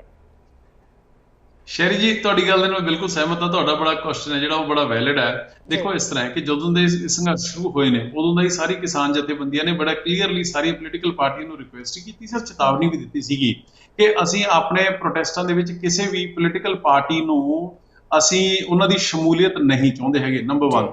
ਨੰਬਰ 2, ਜਿਹੜੀਆਂ ਜਿਹੜੀਆਂ ਪੋਲੀਟੀਕਲ ਪਾਰਟੀਆਂ ਨੇ ਉਹਨਾਂ ਦੇ ਹੁਣ ਜਿਵੇਂ ਅਕਾਲੀ ਦਲ ਨੇ 3 ਮਹੀਨੇ ਉਹ ਇਸ ਗੱਲ ਦੇ ਇਹਨਾਂ ਜਿਹੜੇ ਕਾਨੂੰਨ ਨੇ ਇਹਨਾਂ ਦੇ ਸ਼ੋਲੇ ਕਰਦੇ ਫਿਰਦੇ ਰਹੇ, ਕਿਸਾਨਾਂ ਨੂੰ ਸਮਝਾਉਂਦੇ ਫਿਰਦੇ ਰਹੇ, ਤੇ ਮੁੜ ਕੇ ਜਦੋਂ ਯੂ ਟਰਨ ਲਿਆ ਤੇ ਫਿਰ 3 ਪਵਿੱਤਰ ਤਖਤ ਸਾਹਿਬਾਨ ਦੀ ਪਵਿੱਤਰ ਧਰਤੀ ਨੂੰ ਮਿਸਯੂਜ਼ ਕਰਦੇ ਹੋਏ ਉਹ ਚੰਡੀਗੜ੍ਹ ਨੂੰ ਚਾਲੇ ਪਾ ਲਏ। ਉਹਨਾਂ ਨੇ ਆਪਦਾ ਝੰਡਾ ਡੰਡਾ ਜਿਹੜਾ ਉਹ ਤਿਆਰ ਕਰ ਲਿਆ। ਕਾਂਗਰਸ ਨੇ ਰਾਹੁਲ ਗਾਂਧੀ ਜੀ ਜਦੋਂ ਲੋਕ ਸਭਾ ਦੇ ਵਿੱਚ ਇਹ ਬਿੱਲ ਪਾਸ ਹੋ ਰਹੇ ਸੀਗੇ ਉਦੋਂ ਲੋਕ ਸਭਾ ਦੇ ਵਿੱਚੋਂ ਹਾਜ਼ਰ ਸੀਗੇ ਤੇ ਹੁਣ ਟਰੈਕਟਰ ਦੇ ਉੱਪਰ 3 ਦਿਨ ਚੜੇ ਫਿਰਦੇ ਰਹੇ। ਅਸੀਂ ਉਹਨਾਂ ਨੇ ਕਿਸਾਨੀ ਦੀ ਗੱਲ ਨਹੀਂ ਕੀਤੀ ਹੈਗੀ, ਉਹਨਾਂ ਨੇ 2022 ਦੀ ਪਿੱਚ ਹੈ ਜਿਹੜੀ ਉਹ ਤਿਆਰ ਕਰ ਰਹੇ ਸੀਗੇ। ਅਸੀਂ ਜਦੋਂ ਮੈਂ ਤੁਹਾਨੂੰ ਪਹਿਲਾਂ ਹੀ ਕਹਿ ਦਿੱਤਾ, ਕਲੀਅਰ ਕਰ ਦਿੱਤਾ ਕਿ ਸਾਡਾ ਪਹਿਲੇ ਦਿਨੋਂ ਸਟੈਂਡ ਬੜਾ ਸਪਸ਼ਟ ਸੀਗਾ ਕਿ ਅਸੀਂ ਕੋਈ ਆਪਣੀ ਅਲੱਗ ਡੁਗਡੁਗੀ ਹੈ ਜਿਹੜੀ ਉਹ ਨਹੀਂ ਵਜਾਉਣੀ ਹੈਗੀ। ਅਸੀਂ ਕੋਈ ਅਲੱਗ ਪੋਲੀਟੀਕਲ ਰੈਲੀ ਜਾਂ ਮਾਰਚ ਅਸੀਂ ਨਹੀਂ ਕਰਨਾ ਹੈਗਾ। ਅਸੀਂ ਆਪਣੇ ਵਰਕਰਸ ਨੂੰ, ਵਲੰਟੀਅਰਸ ਨੂੰ, ਲੀਡਰਸ ਨੂੰ ਪਹਿਲੇ ਦਿਨ ਹੀ ਇਹ ਕਲੀਅਰ ਕੱਟ ਮੈਸੇਜ ਦੇ ਦਿੱਤਾ ਸੀਗਾ ਕਿ ਤੁਸੀਂ ਸਿੱਧਮ ਸਿੱਧੇ ਜਾ ਕੇ ਕਿਸਾਨਾਂ ਦੇ ਸੰਘਰਸ਼ ਦੇ ਵਿੱਚ ਉਹਨਾਂ ਦੇ ਪਿਛਲੇ ਪਾਸੇ ਬੈਠੋ। ਆਮ ਆਦਮੀ ਪਾਰਟੀ ਦਾ ਝੰਡਾ ਫੜ ਜਿਵੇਂ ਤੁਸੀਂ ਕਿਸਾਨ ਜਥੇਬੰਦੀਆਂ ਦਾ ਝੰਡਾ ਫੜ ਕੇ ਬੈਠੋ, ਕਿਉਂਕਿ ਜੇ ਕਿਸਾਨੀ ਬਚੇਗੀ, ਕਿਸਾਨ ਬਚੇਗਾ ਤਾਂ ਹੀ ਪੰਜਾਬ ਬਚੇਗਾ, ਤਾਂ ਹੀ ਪੇਂਡੂ ਅਰਥਚਾਰਾ ਬਚੇਗਾ, ਤਾਂ ਹੀ ਵਪਾਰੀ, ਆੜਤੀਆ ਔਰ ਜਿਹੜਾ ਮਜ਼ਦੂਰ ਹੈ ਉਹ ਬਚੇਗਾ, ਤੇ ਜੇ ਉਹ ਬਚੇਗਾ ਤਾਂ ਹੀ ਪੋਲਿਟਿਕਸ ਹੋਏਗੀ, ਤਾਂ ਹੀ ਪੋਲੀਟੀਕਲ ਪਾਰਟੀਆਂ ਬਚਣਗੀਆਂ। ਸੋ ਇਸ ਕਰਕੇ ਅਸੀਂ ਆਪਦੀ ਜ਼ਾਤੀ, ਸਮਾਜਿਕ ਔਰ ਸਿਆਸੀ ਜ਼ਿੰਮੇਵਾਰੀ ਸਮਝਦੇ ਹੋਏ ਅਸੀਂ ਆਪਣੀ ਡੁਗਡੁਗੀ ਇਸ ਔਖੇ ਸਮੇਂ ਦੇ ਵਿੱਚ ਨਹੀਂ ਵਜਾਈ ਹੈਗੀ, ਕਿਉਂਕਿ ਸਾਡਾ ਦਰਦ ਹੈ ਜਿਹੜਾ ਉਹ ਕਿਸਾਨੀ ਦੇ ਨਾਲ ਹੈ, ਜਦ ਕਿ ਦੂਜੀਆਂ ਪਾਰਟੀਆਂ ਇਸ ਕਰਕੇ ਨਜ਼ਰ ਆ ਰਹੀਆਂ ਨੇ ਕਿਉਂਕਿ ਉਹ ਸਿਰਫ ਔਰ ਸਿਰਫ ਆਪਦਾ ਝੰਡਾ ਬੁਲੰਦ ਕਰਕੇ 22 ਦੇ ਵਿੱਚ ਆਪਦਾ ਵਜੂਦ ਬਚਾਉਣ ਦੀ ਕੋਸ਼ਿਸ਼ ਕਰ ਰਹੀਆਂ ਨੇ। ਇਸ ਕਰਕੇ ਤੁਹਾਨੂੰ ਸ਼ਾਇਦ ਆਮ ਆਦਮੀ ਪਾਰਟੀ ਦੇ ਲੀਡਰ, ਵਰਕਰ, ਪ੍ਰਧਾਨ ਤੋਂ ਲੈ ਕੇ ਬੂਥ ਲੈਵਲ ਦੇ ਸਾਡੇ ਵਰਕਰਾਂ ਤੱਕ ਔਰ ਆਮ ਆਦਮੀ ਪਾਰਟੀ ਦੇ ਝੰਡੇ ਸ਼ਾਇਦ ਤੁਹਾਨੂੰ ਘੱਟ ਨਜ਼ਰ ਆਉਂਦੇ ਜੀ। ਅਮਨ ਜੀ, ਠੀਕ ਹੈ, ਕੈਪਟਨ ਸਾਹਿਬ ਤੋਂ ਬਾਅਦ ਹੁਣ ਕਹਿੰਦੇ ਨੇ ਕੇਜਰੀਵਾਲ ਜਿਹੜੇ ਨੇ ਉਹ ਵੀ ਕਿਸਾਨਾਂ ਦੇ ਨਿਸ਼ਾਨੇ ਤੇ ਆ ਰਹੇ ਨੇ, ਕਿਉਂਕਿ ਕਿਸਾਨਾਂ ਨੇ ਇਹ ਵੀ ਕਹਿ ਦਿੱਤਾ ਹੈ ਕਿ ਜਿਹੜਾ ਖੇਤੀਬਾੜੀ ਕਾਨੂੰਨ ਬਣਾਇਆ ਉਸ ਦੇ ਖਿਲਾਫ ਜਿਹੜਾ ਬਿੱਲ ਹੈ ਉਹ ਕਿਤੇ ਨਾ ਕਿਤੇ ਦਿੱਲੀ ਸਰਕਾਰ ਵੀ ਪਾਸ ਕਰੇ, ਤੇ ਹੁਣ ਸਵਾਲ ਕੇਜਰੀਵਾਲ ਨੂੰ ਵੀ ਹੋਣਗੇ।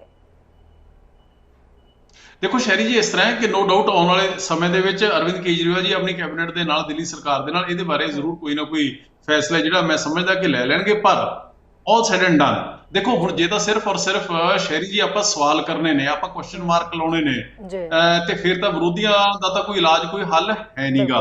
ਪਰ ਹੁਣ ਸਵਾਲ ਇਹ ਹੈ ਕਿ ਦਿੱਲੀ ਦੇ ਵਿੱਚ ਨੰਬਰ 1 ਤਾਂ ਜਿਹੜਾ ਨੰਬਰ ਆਫ ਫਾਰਮਰਸ ਹੈ ਉਹ ਬੜਾ ਮਿਨੀਸਕਿਊਲ ਹੈ, ਉਹ ਬੜਾ ਛੋਟਾ ਨੰਬਰ ਹੈ ਕਿਸਾਨਾਂ ਦਾ, ਨੰਬਰ 1। ਨੰਬਰ 2, ਉੱਥੇ ਐਸ਼ੋਰਡ ਪਰਚੇਜ਼ ਹੈ ਜਿਹੜੀ ਜਿਵੇਂ ਪੰਜਾਬ ਔਰ ਹਰਿਆਣਾ ਦੇ ਵਿੱਚ ਹੁੰਦੀ ਹੈ ਉਹ ਹੁੰਦੀ ਹੋਈ ਨਹੀਂ ਹੈਗੀ। ਸੋ ਇਸ ਕਰਕੇ ਜਿਹੜੀ ਸਟੇਟ ਜਿੱਥੋਂ ਦੇ ਕਿਸਾਨ ਆ, ਜਿੱਥੋਂ ਦੇ ਲੋਕ ਇਫੈਕਟ ਹੀ ਨਹੀਂ ਹੋ ਰਹੇ ਹੈਗੇ, ਸੋ ਉੱਥੋਂ ਦੀ ਵਿਧਾਨ ਸਭਾ ਉਹਦੇ ਬਾਰੇ ਮਤਾ ਪਾਵੇ ਜਾਂ ਨਾ ਪਾਵੇ ਉਹ ਇਮਟੀਰੀਅਲ ਹੈ। ਤੁਸੀਂ ਦੇਖਿਆ ਹੋਵੇਗਾ ਕਿ ਇਹ ਜਿਹੜੇ ਪ੍ਰੋਟੈਸਟ ਹੋ ਰਹੇ ਨੇ ਸਿਰਫ ਔਰ ਸਿਰਫ ਪੰਜਾਬ ਹਰਿਆਣਾ ਚ ਹੋ ਰਹੇ ਨੇ ਕਿਉਂਕਿ ਇੱਥੇ ਹੀ 6% ਜਿਹੜੀ ਪਰਚੇਜ਼ ਹੁੰਦੀ ਹੈ ਉਹ ਐਸ਼ੋਰਡ ਪਰਚੇਜ਼ ਪੰਜਾਬ ਔਰ ਹਰਿਆਣਾ ਦੇ ਵਿੱਚ ਹੀ ਹੈ। ਯੂਪੀ ਦੇ ਵਿੱਚ, ਰਾਜਸਥਾਨ ਦੇ ਵਿੱਚ, ਤਾਮਿਲਨਾਡੂ ਦੇ ਵਿੱਚ, ਬਿਹਾਰ ਦੇ ਵਿੱਚ, ਕਰਨਾਟਕਾ ਦੇ ਵਿੱਚ ਕਿਤੇ ਵੀ ਇਹਦੇ ਪ੍ਰੋਟੈਸਟ ਨਹੀਂ ਹੋ ਰਹੇ ਕਿਉਂਕਿ ਉਹਨਾਂ ਨੂੰ ਇਫੈਕਟ ਹੀ ਨਹੀਂ ਹੋ ਰਿਹਾ ਹੈਗਾ। ਸੋ ਇਸ ਕਰਕੇ ਹੁਣ ਜੇ ਤਾਂ ਸਿਰਫ ਇਹਨਾਂ ਨੇ ਸਾਡੇ ਤੋਂ ਆਪਦੇ ਕਮਜ਼ੋਰੀਆਂ ਤੇ ਆਪਦੀਆਂ ਨਲਾਇਕੀਆਂ ਲੁਕਾਉਣ ਲਈ ਜੇ ਦੂਜੀਆਂ ਪਾਰਟੀਆਂ ਨੇ ਸਾਡੇ ਤੋਂ ਸਵਾਲ ਕਰਨੇ ਨੇ ਤਾਂ ਉਹ ਸਵਾਲ ਜਿੰਨੇ ਮਰਜ਼ੀ ਕਰ ਰਹੇ, ਸਾਨੂੰ ਕੋਈ ਇਤਰਾਜ਼ ਨਹੀਂ ਹੈ, ਅਸੀਂ ਉਹਨਾਂ ਦੇ ਜਵਾਬ ਦੇ ਦਾਂਗੇ।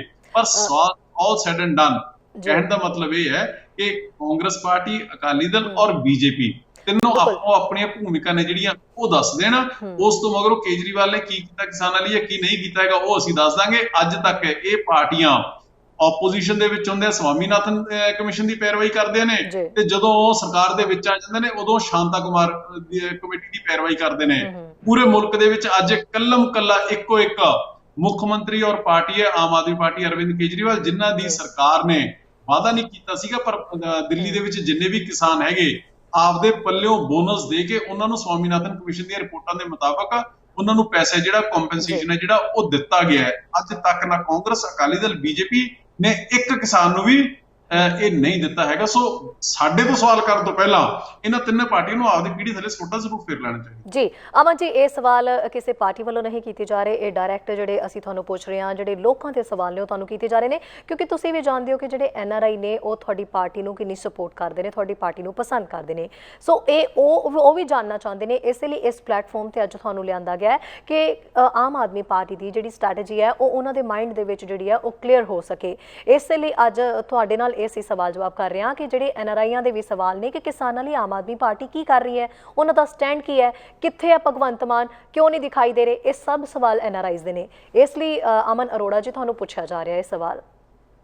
ਨਹੀਂ ਸ਼ਹਿਰੀ ਜੀ, ਮਿਹਰਬਾਨੀ ਤੁਹਾਡੇ ਸਵਾਲ ਸਾਡੇ NRI ਭਰਾਵਾਂ ਦੇ ਸਵਾਲ ਜਿਹੜੇ ਕਿ ਚਾਹੇ 7 ਸਮੁੰਦਰ ਪਾਰ ਬੈਠੇ ਨੇ, ਪਰ ਉਹਨਾਂ ਦਿਲ ਹਜੇ ਵੀ ਪੰਜਾਬ ਦੇ ਲਈ, ਪੰਜਾਬ ਦੀ ਕਿਸਾਨੀ ਦੇ ਲਈ ਧੜਕਦਾ, ਤੇ ਜਿਨ੍ਹਾਂ ਨੇ ਪਿਛਲੇ ਸਮੇਂ 'ਚ ਸਾਡੀ ਹਰ ਪੱਖੋਂ ਬਹੁਤ ਮਦਦ ਕੀਤੀ ਹੈ, ਉਹਨਾਂ ਦਾ ਇਕੱਲੇ ਸਵਾਲ ਦਾ ਜਵਾਬ ਦੇਣ ਲਈ ਮੈਂ ਹਾਜ਼ਰ ਹਾਂ।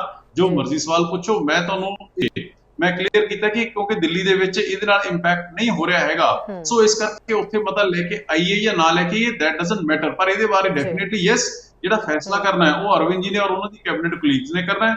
ਆਉਣ ਵਾਲੇ ਦਿਨਾਂ ਦੇ ਵਿੱਚ ਅਸੀਂ ਵੀ ਐਕਸਪੈਕਟ ਕਰ ਰਹੇ ਹਾਂ ਕਿ ਇਸ ਤਰੀਕੇ ਦਾ ਫੈਸਲਾ ਜਿਹੜਾ ਉਹ ਹੋਏਗਾ, ਪਰ ਉਹ ਹੋਵੇ ਜਾਂ ਨਾ ਹੋਵੇ ਉਹ ਮੈਟਰ ਨਹੀਂ ਕਰਦਾ ਹੈਗਾ। ਸਾਡਾ ਪਾਰਟੀ ਦਾ, ਅਰਵਿੰਦ ਕੇਜਰੀਵਾਲ ਦਾ ਸਟੈਂਡ ਕੀ ਹੈ, ਉਹ 2 ਦਿਨ ਪਹਿਲਾਂ ਜਦੋਂ ਅਸੀਂ ਉੱਥੇ ਪ੍ਰੋਟੈਸਟ ਕੀਤੇ ਦਿੱਲੀ ਦੇ ਵਿੱਚ, ਬਹੁਤ ਵੱਡਾ ਜੰਤਰ ਮੰਤਰ ਦੇ ਉੱਪਰ, ਉੱਥੇ ਅਰਵਿੰਦ ਕੇਜਰੀਵਾਲ ਤੋਂ ਲੈ ਕੇ ਪਾਰਟੀ ਦੇ ਸਾਰੇ ਰਾਜ ਸਭਾ ਦੇ MP, ਭਗਵੰਤ ਮਾਨ ਜੀ ਪਾਰਟੀ ਦੇ ਸਾਰੇ ਦਿੱਲੀ ਦੇ MP, MLA, ਪੰਜਾਬ ਦੇ MLA, ਸਮੁੱਚੀ ਲੀਡਰਸ਼ਿਪ ਦੇ ਆਮ ਆਦਮੀ ਪਾਰਟੀ ਦੇ ਉੱਥੇ ਮੌਜੂਦ ਸੀਗੀ। ਮੈਂ ਸਮਝਦਾ ਕਿ action speak louder then words, ਉਹਦੇ ਨਾਲ ਹੀ ਸਾਡਾ ਸਟੈਂਡ ਕੀ ਹੈ ਉਹ ਬੜਾ ਕਲੀਅਰ ਹੋ ਜਾਣਾ ਚਾਹੀਦਾ ਹੁਣ ਤੱਕ।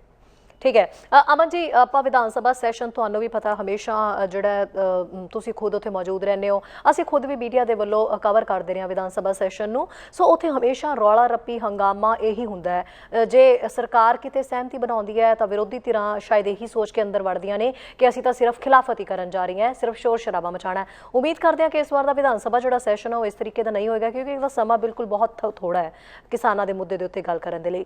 ਸੋ ਤੁਸੀਂ ਵੀ ਇੱਕ ਪਲਾਨਿੰਗ ਜਿਹੜੀ ਹੈ ਸੈੱਟ ਕੀਤੀ ਹੋਈ ਹੈ ਕਿ ਆਰਾਮ ਦੇ ਨਾਲ ਕਿਵੇਂ ਕੋਈ ਵੀ ਜੇ ਬਿੱਲ ਲਿਆਂਦਾ ਜਾਂਦਾ ਹੈ ਤਾਂ ਉਹਨੂੰ ਸਹਿਮਤੀ ਨਾਲ ਪਾਸ ਕਿਵੇਂ ਕਰਨਾ ਹੈ, ਕੋਈ ਸਟ੍ਰੈਟਜੀ, ਕੋਈ ਕੀਤੀ ਪਲਾਨਿੰਗ ਤੁਸੀਂ?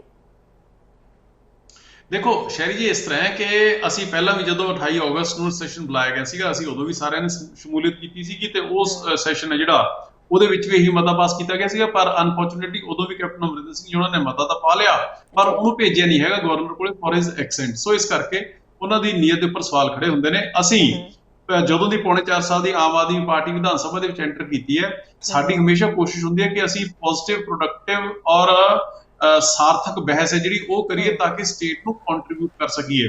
ਪਰ ਹੁਣ ਜਿਹੜੀ ਗੱਲ ਮੈਂ ਪਹਿਲਾਂ ਕਹਿ ਰਿਹਾ ਸੀ, ਸਾਡਾ ਨਾ ਕਦੇ ਕੋਈ ਰੌਲਾ ਰੱਪਾ ਪਾਉਣ ਦਾ ਨਾ ਕੋਈ ਮਨਸ਼ਾ ਸੀ, ਨਾ ਕੋਈ ਹੈ, ਨਾ ਹੀ ਕਦੇ ਹੋਈ, ਕਿਉਂਕਿ ਰੌਲੇ ਰੱਪੇ ਨਾਲ ਕਦੇ ਵੀ ਕਿਸੇ ਦਾ ਭਲਾ ਨਹੀਂ ਹੋ ਸਕਦਾ ਹੈਗਾ।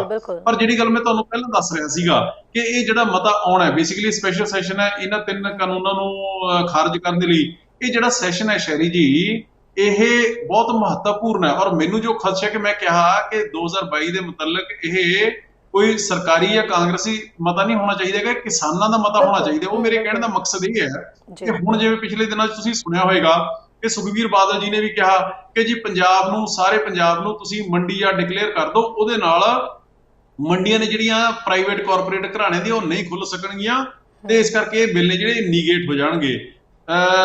ਇਹਨਾਂ ਨੇ ਤੁਹਾਡੇ FM ਮਨਪ੍ਰੀਤ ਬਾਦਲ ਜੀ ਨੇ ਵੀ ਇਹੀ ਗੱਲ ਕਹੀ, ਕੈਪਟਨ ਅਮਰਿੰਦਰ ਸਿੰਘ ਵੀ ਸ਼ਾਇਦ ਇਸੇ ਲਾਈਨ ਦੇ ਉੱਪਰ ਚੱਲ ਰਹੇ। ਪਰ ਮਨਪ੍ਰੀਤ ਜੀ, ਪ੍ਰੋਬਲਮ ਇਹ ਹੈ, ਹੁਣ ਤੁਸੀਂ ਕਹਿ ਰਹੇ ਹੋ ਕਿ ਇਸ਼ੂ ਕਿੱਥੇ ਰੇਜ਼ ਹੋ ਸਕਦਾ ਹੈ। ਹੁਣ ਪ੍ਰੋਬਲਮ ਇਹ ਹੈ ਕਿ ਮਸਲਾ ਇਹ ਨਹੀਂ ਹੈ ਕਿ ਜਿਹੜੇ ਕਾਰਪੋਰੇਟ ਘਰਾਣੇ ਨੇ ਉਹਨਾਂ ਦੀਆਂ ਮੰਡੀਆਂ ਬਣਨ ਨੂੰ ਰੋਕਣੀਆਂ ਨੇ।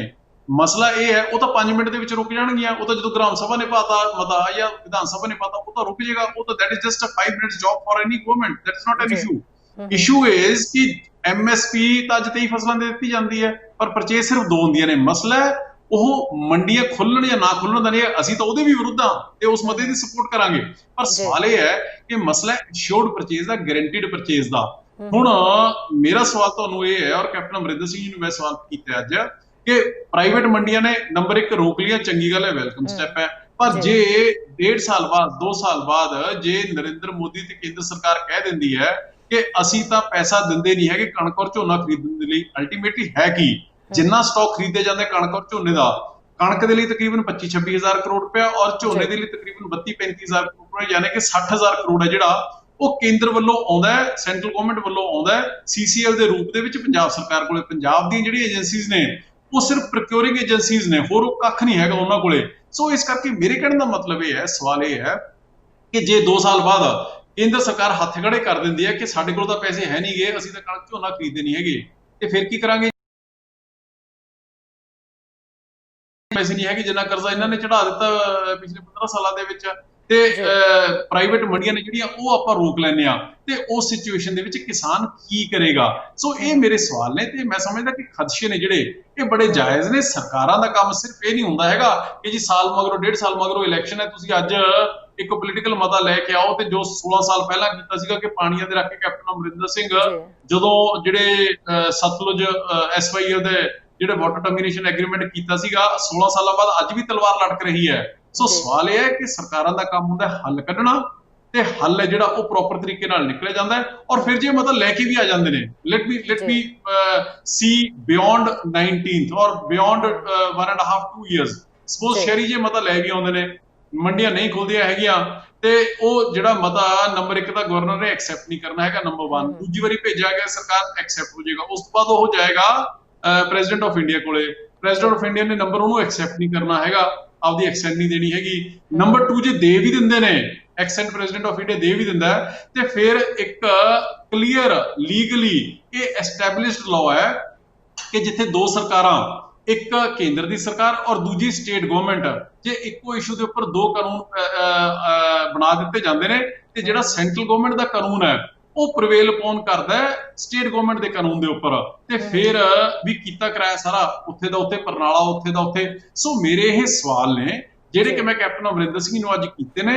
ਮਸਲਾ ਇਹ ਨਹੀਂ ਹੋਣਾ ਚਾਹੀਦਾ ਹੈਗਾ ਕਿ ਜੀ 1.25 ਸਾਲ ਬਾਅਦ ਇਲੈਕਸ਼ਨ ਹੈ ਤੇ ਅੱਜ ਅਸੀਂ ਆਪਦੀ ਪੋਲੀਟੀਕਲ ਪਿੱਚ ਜਿਹੜੀ ਉਹ ਕਾਂਗਰਸ ਪਾਰਟੀ ਐਸਟੈਬਲਿਸ਼ ਕਰਤੀ ਕਿ ਅਸੀਂ ਜਿਹੜੇ ਕਾਨੂੰਨ ਰੱਦ ਕਰਤੇ, ਪੈਸਾ ਕਿੱਥੋਂ ਆਏਗਾ? ਨੰਬਰ 1, ਤੇ ਜੇ ਨਹੀਂ ਆਏਗਾ ਤੇ ਫਿਰ ਉਹਨਾਂ ਕਿਸਾਨ ਭਰਾਵਾਂ ਦਾ ਤੇ ਉਹਨਾਂ ਦੇ ਫਸਲਾਂ ਦਾ ਬਣਨਾ ਕੀ ਹੈ, ਉਹਦਾ ਆਲਟਰਨੇਟਿਵ ਕੀ ਹੈ? ਇਹ ਸਾਰੇ ਸਵਾਲ ਨੇ ਜਿਹਦੀ ਵਜ੍ਹਾ ਕਰਕੇ ਮੈਂ ਕਹਿ ਰਿਹਾ ਕਿ ਸਰਕਾਰੀ ਜਾਂ ਕਾਂਗਰਸੀ ਮਤਾ ਲੈ ਕੇ ਆਉਣ ਦੀ ਬਜਾਏ ਤੁਸੀਂ ਕਿਸਾਨਾਂ ਦੇ ਨਾਲ, ਲੀਗਲ, ਕਨਸਟੀਟਿਊਸ਼ਨਲ ਔਰ ਐਗਰੀਕਲਚਰ ਐਕਸਪਰਟਸ ਦੇ ਨਾਲ ਔਰ ਸਾਰੀ ਪੋਲੀਟੀਕਲ ਪਾਰਟੀਆਂ ਦੇ ਨਾਲ 2 ਦਿਨ ਦਾ ਸੈਮੀਨਾਰ ਹੈ ਜਿਹੜਾ 19 ਤਾਰੀਖ ਤੋਂ ਪਹਿਲਾਂ ਉਹ ਬੁਲਾਓ, ਤਾਂ ਕਿ ਇੱਕ ਕੰਸੈਂਸਸ ਹੈ ਜਿਹੜਾ ਉਹ ਬਿਲਟ ਅਪ ਹੋ ਸਕੇ, ਤੇ ਆਉਣ ਵਾਲੇ 1.5 ਜਾਂ 2 ਸਾਲ ਹੀ, ਆਉਣ ਵਾਲੇ 50 ਸਾਲ ਪੰਜਾਬ ਨੂੰ ਕਿਵੇਂ ਚਲਾਉਣਾ, ਕਿਸਾਨੀ ਨੂੰ ਕਿਵੇਂ ਚਲਾਉਣਾ, ਉਹਦੇ ਬਾਰੇ ਪ੍ਰੋਪਰ ਡਿਸਕਸ਼ਨ ਹੈ ਜਿਹੜੀ ਉਹ ਹੋਣੀ ਚਾਹੀਦੀ।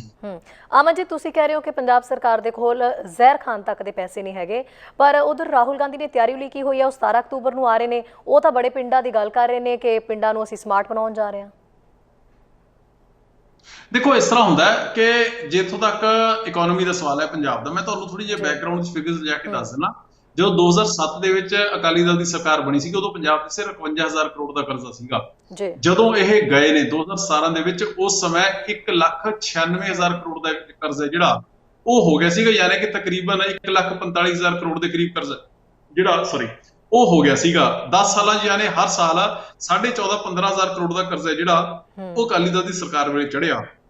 ਜਦੋਂ ਦੀ ਇਹ ਸਰਕਾਰ ਆਈ ਹੈ, ਕੈਪਟਨ ਅਮਰਿੰਦਰ ਸਿੰਘ ਦੀ ਸਰਕਾਰ, ਉਹ ਕਰਜ਼ਾ ਪੰਜਾਬ ਦੇ ਸਿਰ 1,96,000 ਕਰੋੜ ਤੋਂ ਵੱਧ ਕੇ 2,48,000 ਕਰੋੜ ਹੋ ਚੁੱਕਿਆ, ਯਾਨੀ ਕਿ ਤਕਰੀਬਨ 50,000 ਕਰੋੜ ਦੇ ਕਰੀਬ ਹੈ ਜਿਹੜਾ ਉਹ ਵੱਧ ਚੁੱਕਿਆ। ਹਰ ਸਾਲ 18,000 ਕਰੋੜ ਦਾ ਕਰਜ਼ਾ ਜਿਹੜਾ ਉਹ ਇਹ ਪਿਛਲੇ 3 ਸਾਲਾਂ ਤੋਂ ਇਹ ਚੜਾ ਰਹੇ ਨੇ, ਔਰ ਹਰੇਕ ਸਾਲ ਜਿਹੜੇ FM ਨੇ, ਫਾਈਨੈਂਸ ਡਿਪਾਰਟਮੈਂਟ ਨੇ, ਉਹਨਾਂ ਨੇ ਇੱਕ ਰਿਪੋਰਟ ਦੇਣੀ ਹੁੰਦੀ ਹੈ।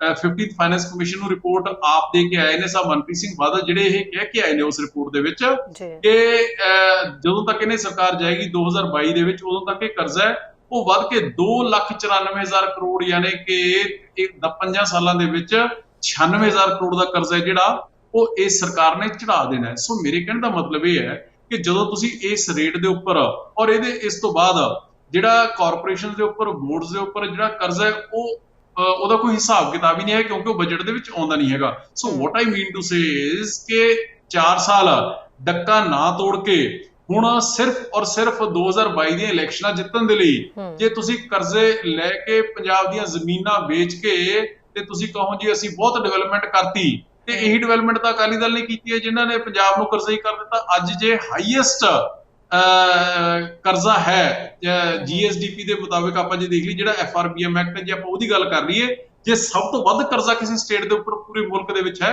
ਤੇ ਉਹ ਪੰਜਾਬ ਹੈ। ਸੋ ਇਸ ਕਰਕੇ ਜੀ ਇਹ ਜਿਹੜੀਆਂ ਗੱਲਾਂ ਕਰਦੇ ਨੇ ਕਿ ਅਸੀਂ ਜੀ ਹੁਣ ਡਿਵੈਲਪਮੈਂਟ ਦੀ ਨ੍ਹੇਰੀ ਲਿਆ ਦਾਂਗੇ, ਕਰਜ਼ੇ ਚੱਕ ਕੇ ਪੰਜਾਬ ਨੂੰ ਵੇਚ ਕੇ ਪੰਜਾਬ ਨੂੰ ਗਿਰਵੀ ਰੱਖ ਕੇ ਤੁਸੀਂ ਸਿਰਫ ਇਲੈਕਸ਼ਨ ਜਿੱਤਣ ਲੱਗ ਜਾਂਦੇ ਹੋ ਤੇ ਮੁੜ ਕੇ 4 ਸਾਲ ਪੰਜਾਬ ਨੂੰ ਲੁੱਟਦੇ ਹੋ ਤੇ ਇੱਕ ਸਾਲ ਅਖੀਰਲਾ ਸਾਲ ਹੈ ਜਿਹੜਾ ਇਲੈਕਸ਼ਨ ਈਅਰ ਉਹ ਲੋਕਾਂ ਦੀ ਅੱਖਾਂ 'ਚ ਘੱਟਾ ਪਾਉਂਦੇ। ਪਰ ਮੈਂ ਸਮਝਦਾ ਕਿ ਅੱਜ ਪੰਜਾਬ ਦੇ ਲੋਕ ਜਿਹੜੇ ਬੜੇ ਸਿਆਣੇ ਨੇ, ਸੋਚੇ ਹੋਏ ਨੇ, ਇਸ ਕਰਕੇ ਹੁਣ ਇਹਨਾਂ ਦੀਆਂ ਇਹ ਗੱਲਾਂ ਦੇ ਵਿੱਚ ਨਹੀਂ ਆਉਣਗੇ।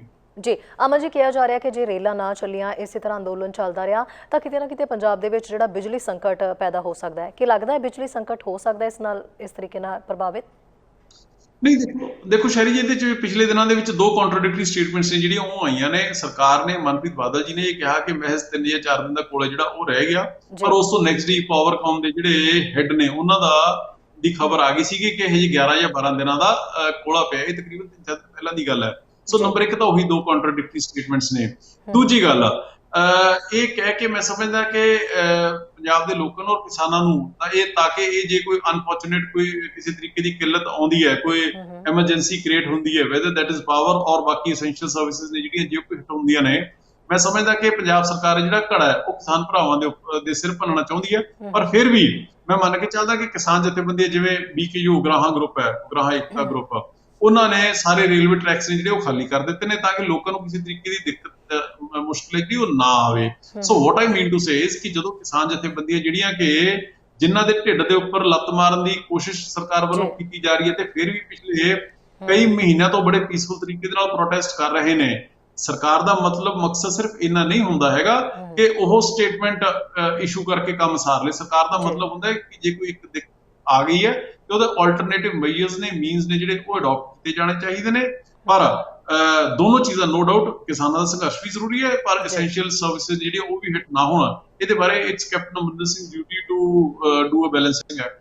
ਜੀ ਅਮਨ ਜੀ, ਬਿਲਕੁਲ ਆਖਰੀ ਸਵਾਲ ਇਹ ਸਵਾਲ ਹੈ ਕਿ ਜੇ ਮੰਨ ਲਓ ਕਿ ਜਿਵੇਂ 19 ਅਕਤੂਬਰ ਨੂੰ ਸੈਸ਼ਨ ਵਿਧਾਨ ਸਭਾ ਦਾ ਸਾਦੀ ਲਿਆ ਗਿਆ, ਉਸ ਦੇ ਵਿੱਚ ਵੀ ਕੋਈ ਸਹਿਮਤੀ ਨਾ ਬਣੀ, ਕਿਸਾਨਾਂ ਦੇ ਹੱਕ ਦੀ ਕੋਈ ਗੱਲ ਨਾ ਨਿਕਲੀ, ਜਿਉਂ ਦਾ ਤਿਉਂ ਸਾਰੀ ਸਿਚੁਏਸ਼ਨ ਰਹੀ, ਤਾਂ ਅਜਿਹੇ ਦੇ ਵਿੱਚ ਆਮ ਆਦਮੀ ਪਾਰਟੀ ਜਿਹੜੀ ਹੈ ਉਹ ਆਪਣਾ ਕੀ ਰੋਲ ਨਿਭਾਏਗੀ? ਦੇਖੋ ਇਹ ਸਵਾਲ ਮੈਂ ਪਹਿਲਾਂ ਤੁਹਾਨੂੰ ਦੱਸਦਾ, ਇਹ ਸਵਾਲ ਨਾ ਸਿਰਫ ਸਾਡੇ ਵੱਲੋਂ ਹੈ ਬਲਕਿ ਪੰਜਾਬ ਦੇ ਜਿੰਨੇ ਲੋਕ ਹੈ ਉਹਨਾਂ ਦੇ ਵੱਲੋਂ ਵੀ ਹੈ, ਔਰ ਇਹੀ ਸਵਾਲ ਜਿਹੜੇ ਨੇ ਵਿਦੇਸ਼ਾਂ ਦੇ ਵਿੱਚ ਬੈਠੇ ਉਹ ਲੋਕ, ਉਹ ਪੰਜਾਬੀ ਜਿਹੜੇ ਕਿ ਇਸ ਵੇਲੇ ਕਿਸਾਨਾਂ ਨੂੰ ਪੂਰਾ ਸਪੋਰਟ ਕਰ ਰਹੇ ਨੇ, ਇਹ ਉਹਨਾਂ ਦੇ ਵੱਲੋਂ ਵੀ ਸਵਾਲ ਹੈ। ਦੇਖੋ ਸ਼ੈਰੀ ਜੀ, ਤੁਹਾਡਾ ਸਾਰਿਆਂ ਦਾ ਸਵਾਲ ਹੈ ਜਿਹੜਾ ਉਹ ਬੜਾ ਵੈਲਿਡ ਹੈ, ਬੜਾ ਪਾਇਦਾਰ ਸਵਾਲ ਹੈ। ਮੈਂ ਇਸੇ ਕਰਕੇ ਜਿਹੜੀ ਮੈਂ ਜਿੱਥੋਂ ਗੱਲ ਸ਼ੁਰੂ ਕੀਤੀ ਸੀਗੀ, ਮੈਂ ਇਹ ਕਿਹਾ ਸੀਗਾ ਕਿ ਕੋਈ ਵੀ ਮਤਾ ਲੈ ਕੇ ਆਉਣ ਤੋਂ ਪਹਿਲਾਂ ਸਾਰੀਆਂ ਕਿਸਾਨ ਜਥੇਬੰਦੀਆਂ ਨੂੰ, ਸਾਰੀਆਂ ਪੋਲੀਟੀਕਲ ਪਾਰਟੀਆਂ ਨੂੰ, ਲੀਗਲ, ਕਨਸਟੀਟਿਊਸ਼ਨਲ ਔਰ ਜਿਹੜੇ ਐਗਰੀਕਲਚਰ ਐਕਸਪਰਟਸ ਨੇ ਉਹਨਾਂ ਦੀ ਇੱਕ ਸਹਿਮਤੀ ਜਿਹੜੀ ਉਹ ਬਣਨੀ ਚਾਹੀਦੀ ਹੈ। ਉਹ ਮੈਂ ਇਸ ਕਰਕੇ ਕਹਿ ਰਿਹਾ ਕਿ ਕੱਲ ਨੂੰ ਸਾਰੀਆਂ ਇਹ ਧਿਰਾਂ, ਕਿਸਾਨ ਜਥੇਬੰਦੀਆਂ, ਸਾਰੀਆਂ ਪੋਲੀਟੀਕਲ ਪਾਰਟੀਆਂ, all of them should be on one page, ਉਹ ਇੱਕੋ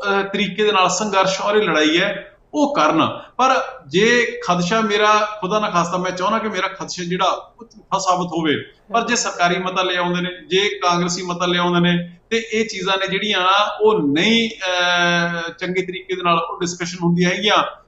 ਆਮ ਆਦਮੀ ਪਾਰਟੀ ਦਾ ਸਟੈਂਡ ਹੈ ਜਿਹੜਾ ਉਹ ਬੜਾ ਸਪਸ਼ਟ ਹੈ, ਬੜਾ ਕਲੀਅਰ ਹੈ ਕਿ ਜਦੋਂ ਤੱਕ ਇਹ ਕਾਲੇ ਕਾਨੂੰਨ ਨੇ ਜਿਹੜੇ ਇਹਨਾਂ ਨੂੰ ਵਾਪਸ ਕਰਾ ਕੇ ਪੰਜਾਬ ਦੇ ਕਿਸਾਨਾਂ ਨੂੰ, ਆੜਤੀਆਂ ਨੂੰ ਔਰ ਮਜ਼ਦੂਰਾਂ ਨੂੰ ਪ੍ਰੋਟੈਕਟ ਨਹੀਂ ਕੀਤਾ ਜਾਂਦਾ ਹੈਗਾ, ਉਦੋਂ ਤੱਕ ਸਾਡਾ ਸੰਘਰਸ਼ ਹੈ ਜਿਹੜਾ ਉਹ ਕਿਸਾਨ ਭਰਾਵਾਂ ਦੇ ਨਾਲ ਮੋਢੇ ਦੇ ਨਾਲ ਮੋਢਾ ਲਾ ਕੇ ਉਹਨਾਂ ਦੀ ਪਿੱਠ ਦੇ ਉੱਪਰ ਖੜੇ ਹੋ ਕੇ ਉਹ ਚਾਲੂ ਰਹੇਗਾ।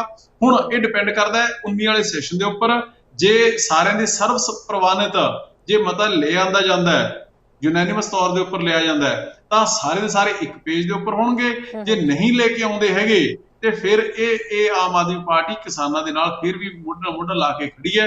ਫਿਰ ਉਹਦੇ ਚ ਆਈ ਥਿੰਕ ਸਰਕਾਰ ਦੀ, ਕਿਉਂਕਿ ਮੈਜੋਰਿਟੀ ਕਾਂਗਰਸ ਗਵਰਨਮੈਂਟ ਕੋਲੇ ਹੈ, ਉਹਨਾਂ ਦੀ ਨੀਅਤ ਹੈ ਜਿਹੜੀ ਉਹ 19 ਨੂੰ ਕਲੀਅਰ ਹੋ ਜਾਏਗੀ ਕਿ ਸਿਰਫ ਉਹ ਗੋਂਗਲੋਂ ਤੋਂ ਮਿੱਟੀ ਝਾੜਨ ਵਾਲਾ ਕੰਮ ਕਰ ਰਹੇ ਨੇ ਜਾਂ ਸਹੀ ਮਾਇਨੇ ਦੇ ਵਿੱਚ ਉਹ ਸਿੰਸੀਅਰ ਵੀ ਹੈਗੇ। ਪਰ ਸਾਡਾ ਸੰਘਰਸ਼ ਹੈ ਜਿਹੜਾ ਟਿਲ ਵੀ ਡੋਂਟ ਸਕਸੀਡ, ਸਾਡਾ ਇਹ ਸੰਘਰਸ਼ ਇਸ ਤਰੀਕੇ ਨਾਲ ਜਾਰੀ ਰਹੇਗਾ। ਬਿਲਕੁਲ, ਬਹੁਤ ਬਹੁਤ ਸ਼ੁਕਰੀਆ ਅਮਨ ਅਰੋੜਾ ਜੀ ਗੱਲਬਾਤ ਕਰਨ ਦੇ ਲਈ, ਆਪਣਾ ਕੀਮਤੀ ਸਮਾਂ ਕੱਢਣ ਦੇ ਲਈ, ਪੰਜਾਬ ਦੇ ਹਾਲਾਤਾਂ ਬਾਰੇ ਗੱਲ ਕਰਨ ਦੇ ਲਈ, ਆਮ ਆਦਮੀ ਪਾਰਟੀ ਦੀ ਜਿਹੜੀ ਹੈ ਉਹ ਪਿਕਚਰ ਕਲੀਅਰ ਕਰਨ ਦੇ ਲਈ ਕਿ ਉਹ ਕਿਸਾਨਾਂ ਦੇ ਨਾਲ ਕਿਵੇਂ ਖੜੀ ਹੈ। ਬਹੁਤ ਬਹੁਤ ਧੰਨਵਾਦ ਤੁਹਾਡਾ। ਮਿਹਰਬਾਨੀ, ਥੈਂਕ ਯੂ ਸ਼ੈਰੀ ਜੀ, ਥੈਂਕ ਯੂ ਵੈਰੀ ਮਚ ਜੀ। ਸੋ ਅਮਨ ਅਰੋੜਾ ਦੇ ਨਾਲ ਅਸੀਂ ਗੱਲਬਾਤ ਕਰ ਰਹੇ ਸੀ ਪੰਜਾਬ ਦੇ ਕਿਸਾਨਾਂ ਨੂੰ ਲੈ ਕੇ ਆਮ ਆਦਮੀ ਪਾਰਟੀ ਦੀ ਰਣਨੀਤੀ ਕੀ ਹੈ ਉਸ ਸੰਬੰਧੀ ਵੀ ਗੱਲਬਾਤ ਕੀਤੀ ਹੈ। ਹਾਲਾਂਕਿ ਥੋੜੀ ਜਿਹੀ ਡਾਵਾਡੋਲ ਪਿਕਚਰ ਅਜੇ ਵੀ ਰਹੀ ਹੈ। ਬਟ ਕਾਫੀ ਹੱਦ ਤੱਕ ਇਹ ਹੈ ਕਿ ਜਦੋਂ ਸਵਾਲ ਕੀਤਾ ਗਿਆ ਕਿ ਆਮ ਆਦਮੀ ਪਾਰਟੀ ਦੇ ਜਿਹੜੇ ਲੀਡਰ ਹੈ ਉਹ ਇਸ ਵੇਲੇ ਕਿੱਥੇ ਨੇ, ਦਿਖਾਈ ਨਹੀਂ ਦਿੰਦੇ, ਉਸ 'ਤੇ ਵੀ ਥੋੜ੍ਹਾ ਉਹਨਾਂ ਨੇ ਜਵਾਬ ਗੋਲਮੋਲ ਹੀ ਦਿੱਤਾ ਹੈ। ਪਰ ਇਹ ਜ਼ਰੂਰ ਕਹਿ ਸਕਦੇ ਹਾਂ, ਉਹਨਾਂ ਨੇ ਇਹ ਜ਼ਰੂਰ ਦਾਅਵਾ ਕਰ ਦਿੱਤਾ ਹੈ ਕਿ ਜੇ 19 ਤਰੀਕ ਨੂੰ ਵੀ ਕਿਸਾਨਾਂ ਦੇ ਹੱਕ ਦੇ ਵਿੱਚ ਕੋਈ ਆਵਾਜ਼ ਨਹੀਂ ਬੁਲੰਦ ਹੁੰਦੀ ਜਾਂ ਕੋਈ ਉਹਨਾਂ ਦਾ ਹੱਲ ਨਹੀਂ ਕੱਢਿਆ ਜਾਂਦਾ ਤਾਂ ਆਮ ਆਦਮੀ ਪਾਰਟੀ ਜਿਹੜੀ ਹੈ ਉਹ ਕਿਸਾਨਾਂ ਦੇ ਨਾਲ ਮੋਢੇ ਦੇ ਨਾਲ ਮੋਢਾ ਜੋੜ ਕੇ ਖੜੇਗੀ। ਦੇਖਦੇ ਹਾਂ ਹੁਣ ਕਿ ਵਾਕਈ ਅਜਿਹਾ ਹੋਏਗਾ, ਕੀ ਹੱਲ ਨਿਕਲੇਗਾ। ਫਿਲਹਾਲ ਇੱਕ ਛੋਟੇ ਜਿਹੇ ਬ੍ਰੇਕ ਦੇ ਲਈ ਰੁਕਦੇ ਹਾਂ। ਬ੍ਰੇਕ ਤੋਂ ਬਾਅਦ ਜਲਦ ਹਾਜ਼ਰ ਹੋਣੇ ਹਾਂ ਕੁਝ ਹੋਰ ਖਾਸ ਖਬਰਾਂ ਦੇ ਨਾਲ। ਤੁਸੀਂ हैरान तो जरूर हो रहे हो कि एक बंदा पैंट कमीज पा के ट्रैक्टर चला रहा है, खेती कर रहा है। साडा हर एक प्रोग्राम देखण ते साडे नाल जुड़न लई सबसक्राइब करो चैनल पंजाबी ते नोटिफिकेशन लई बेल आइकन वाले बटन ते क्लिक करो।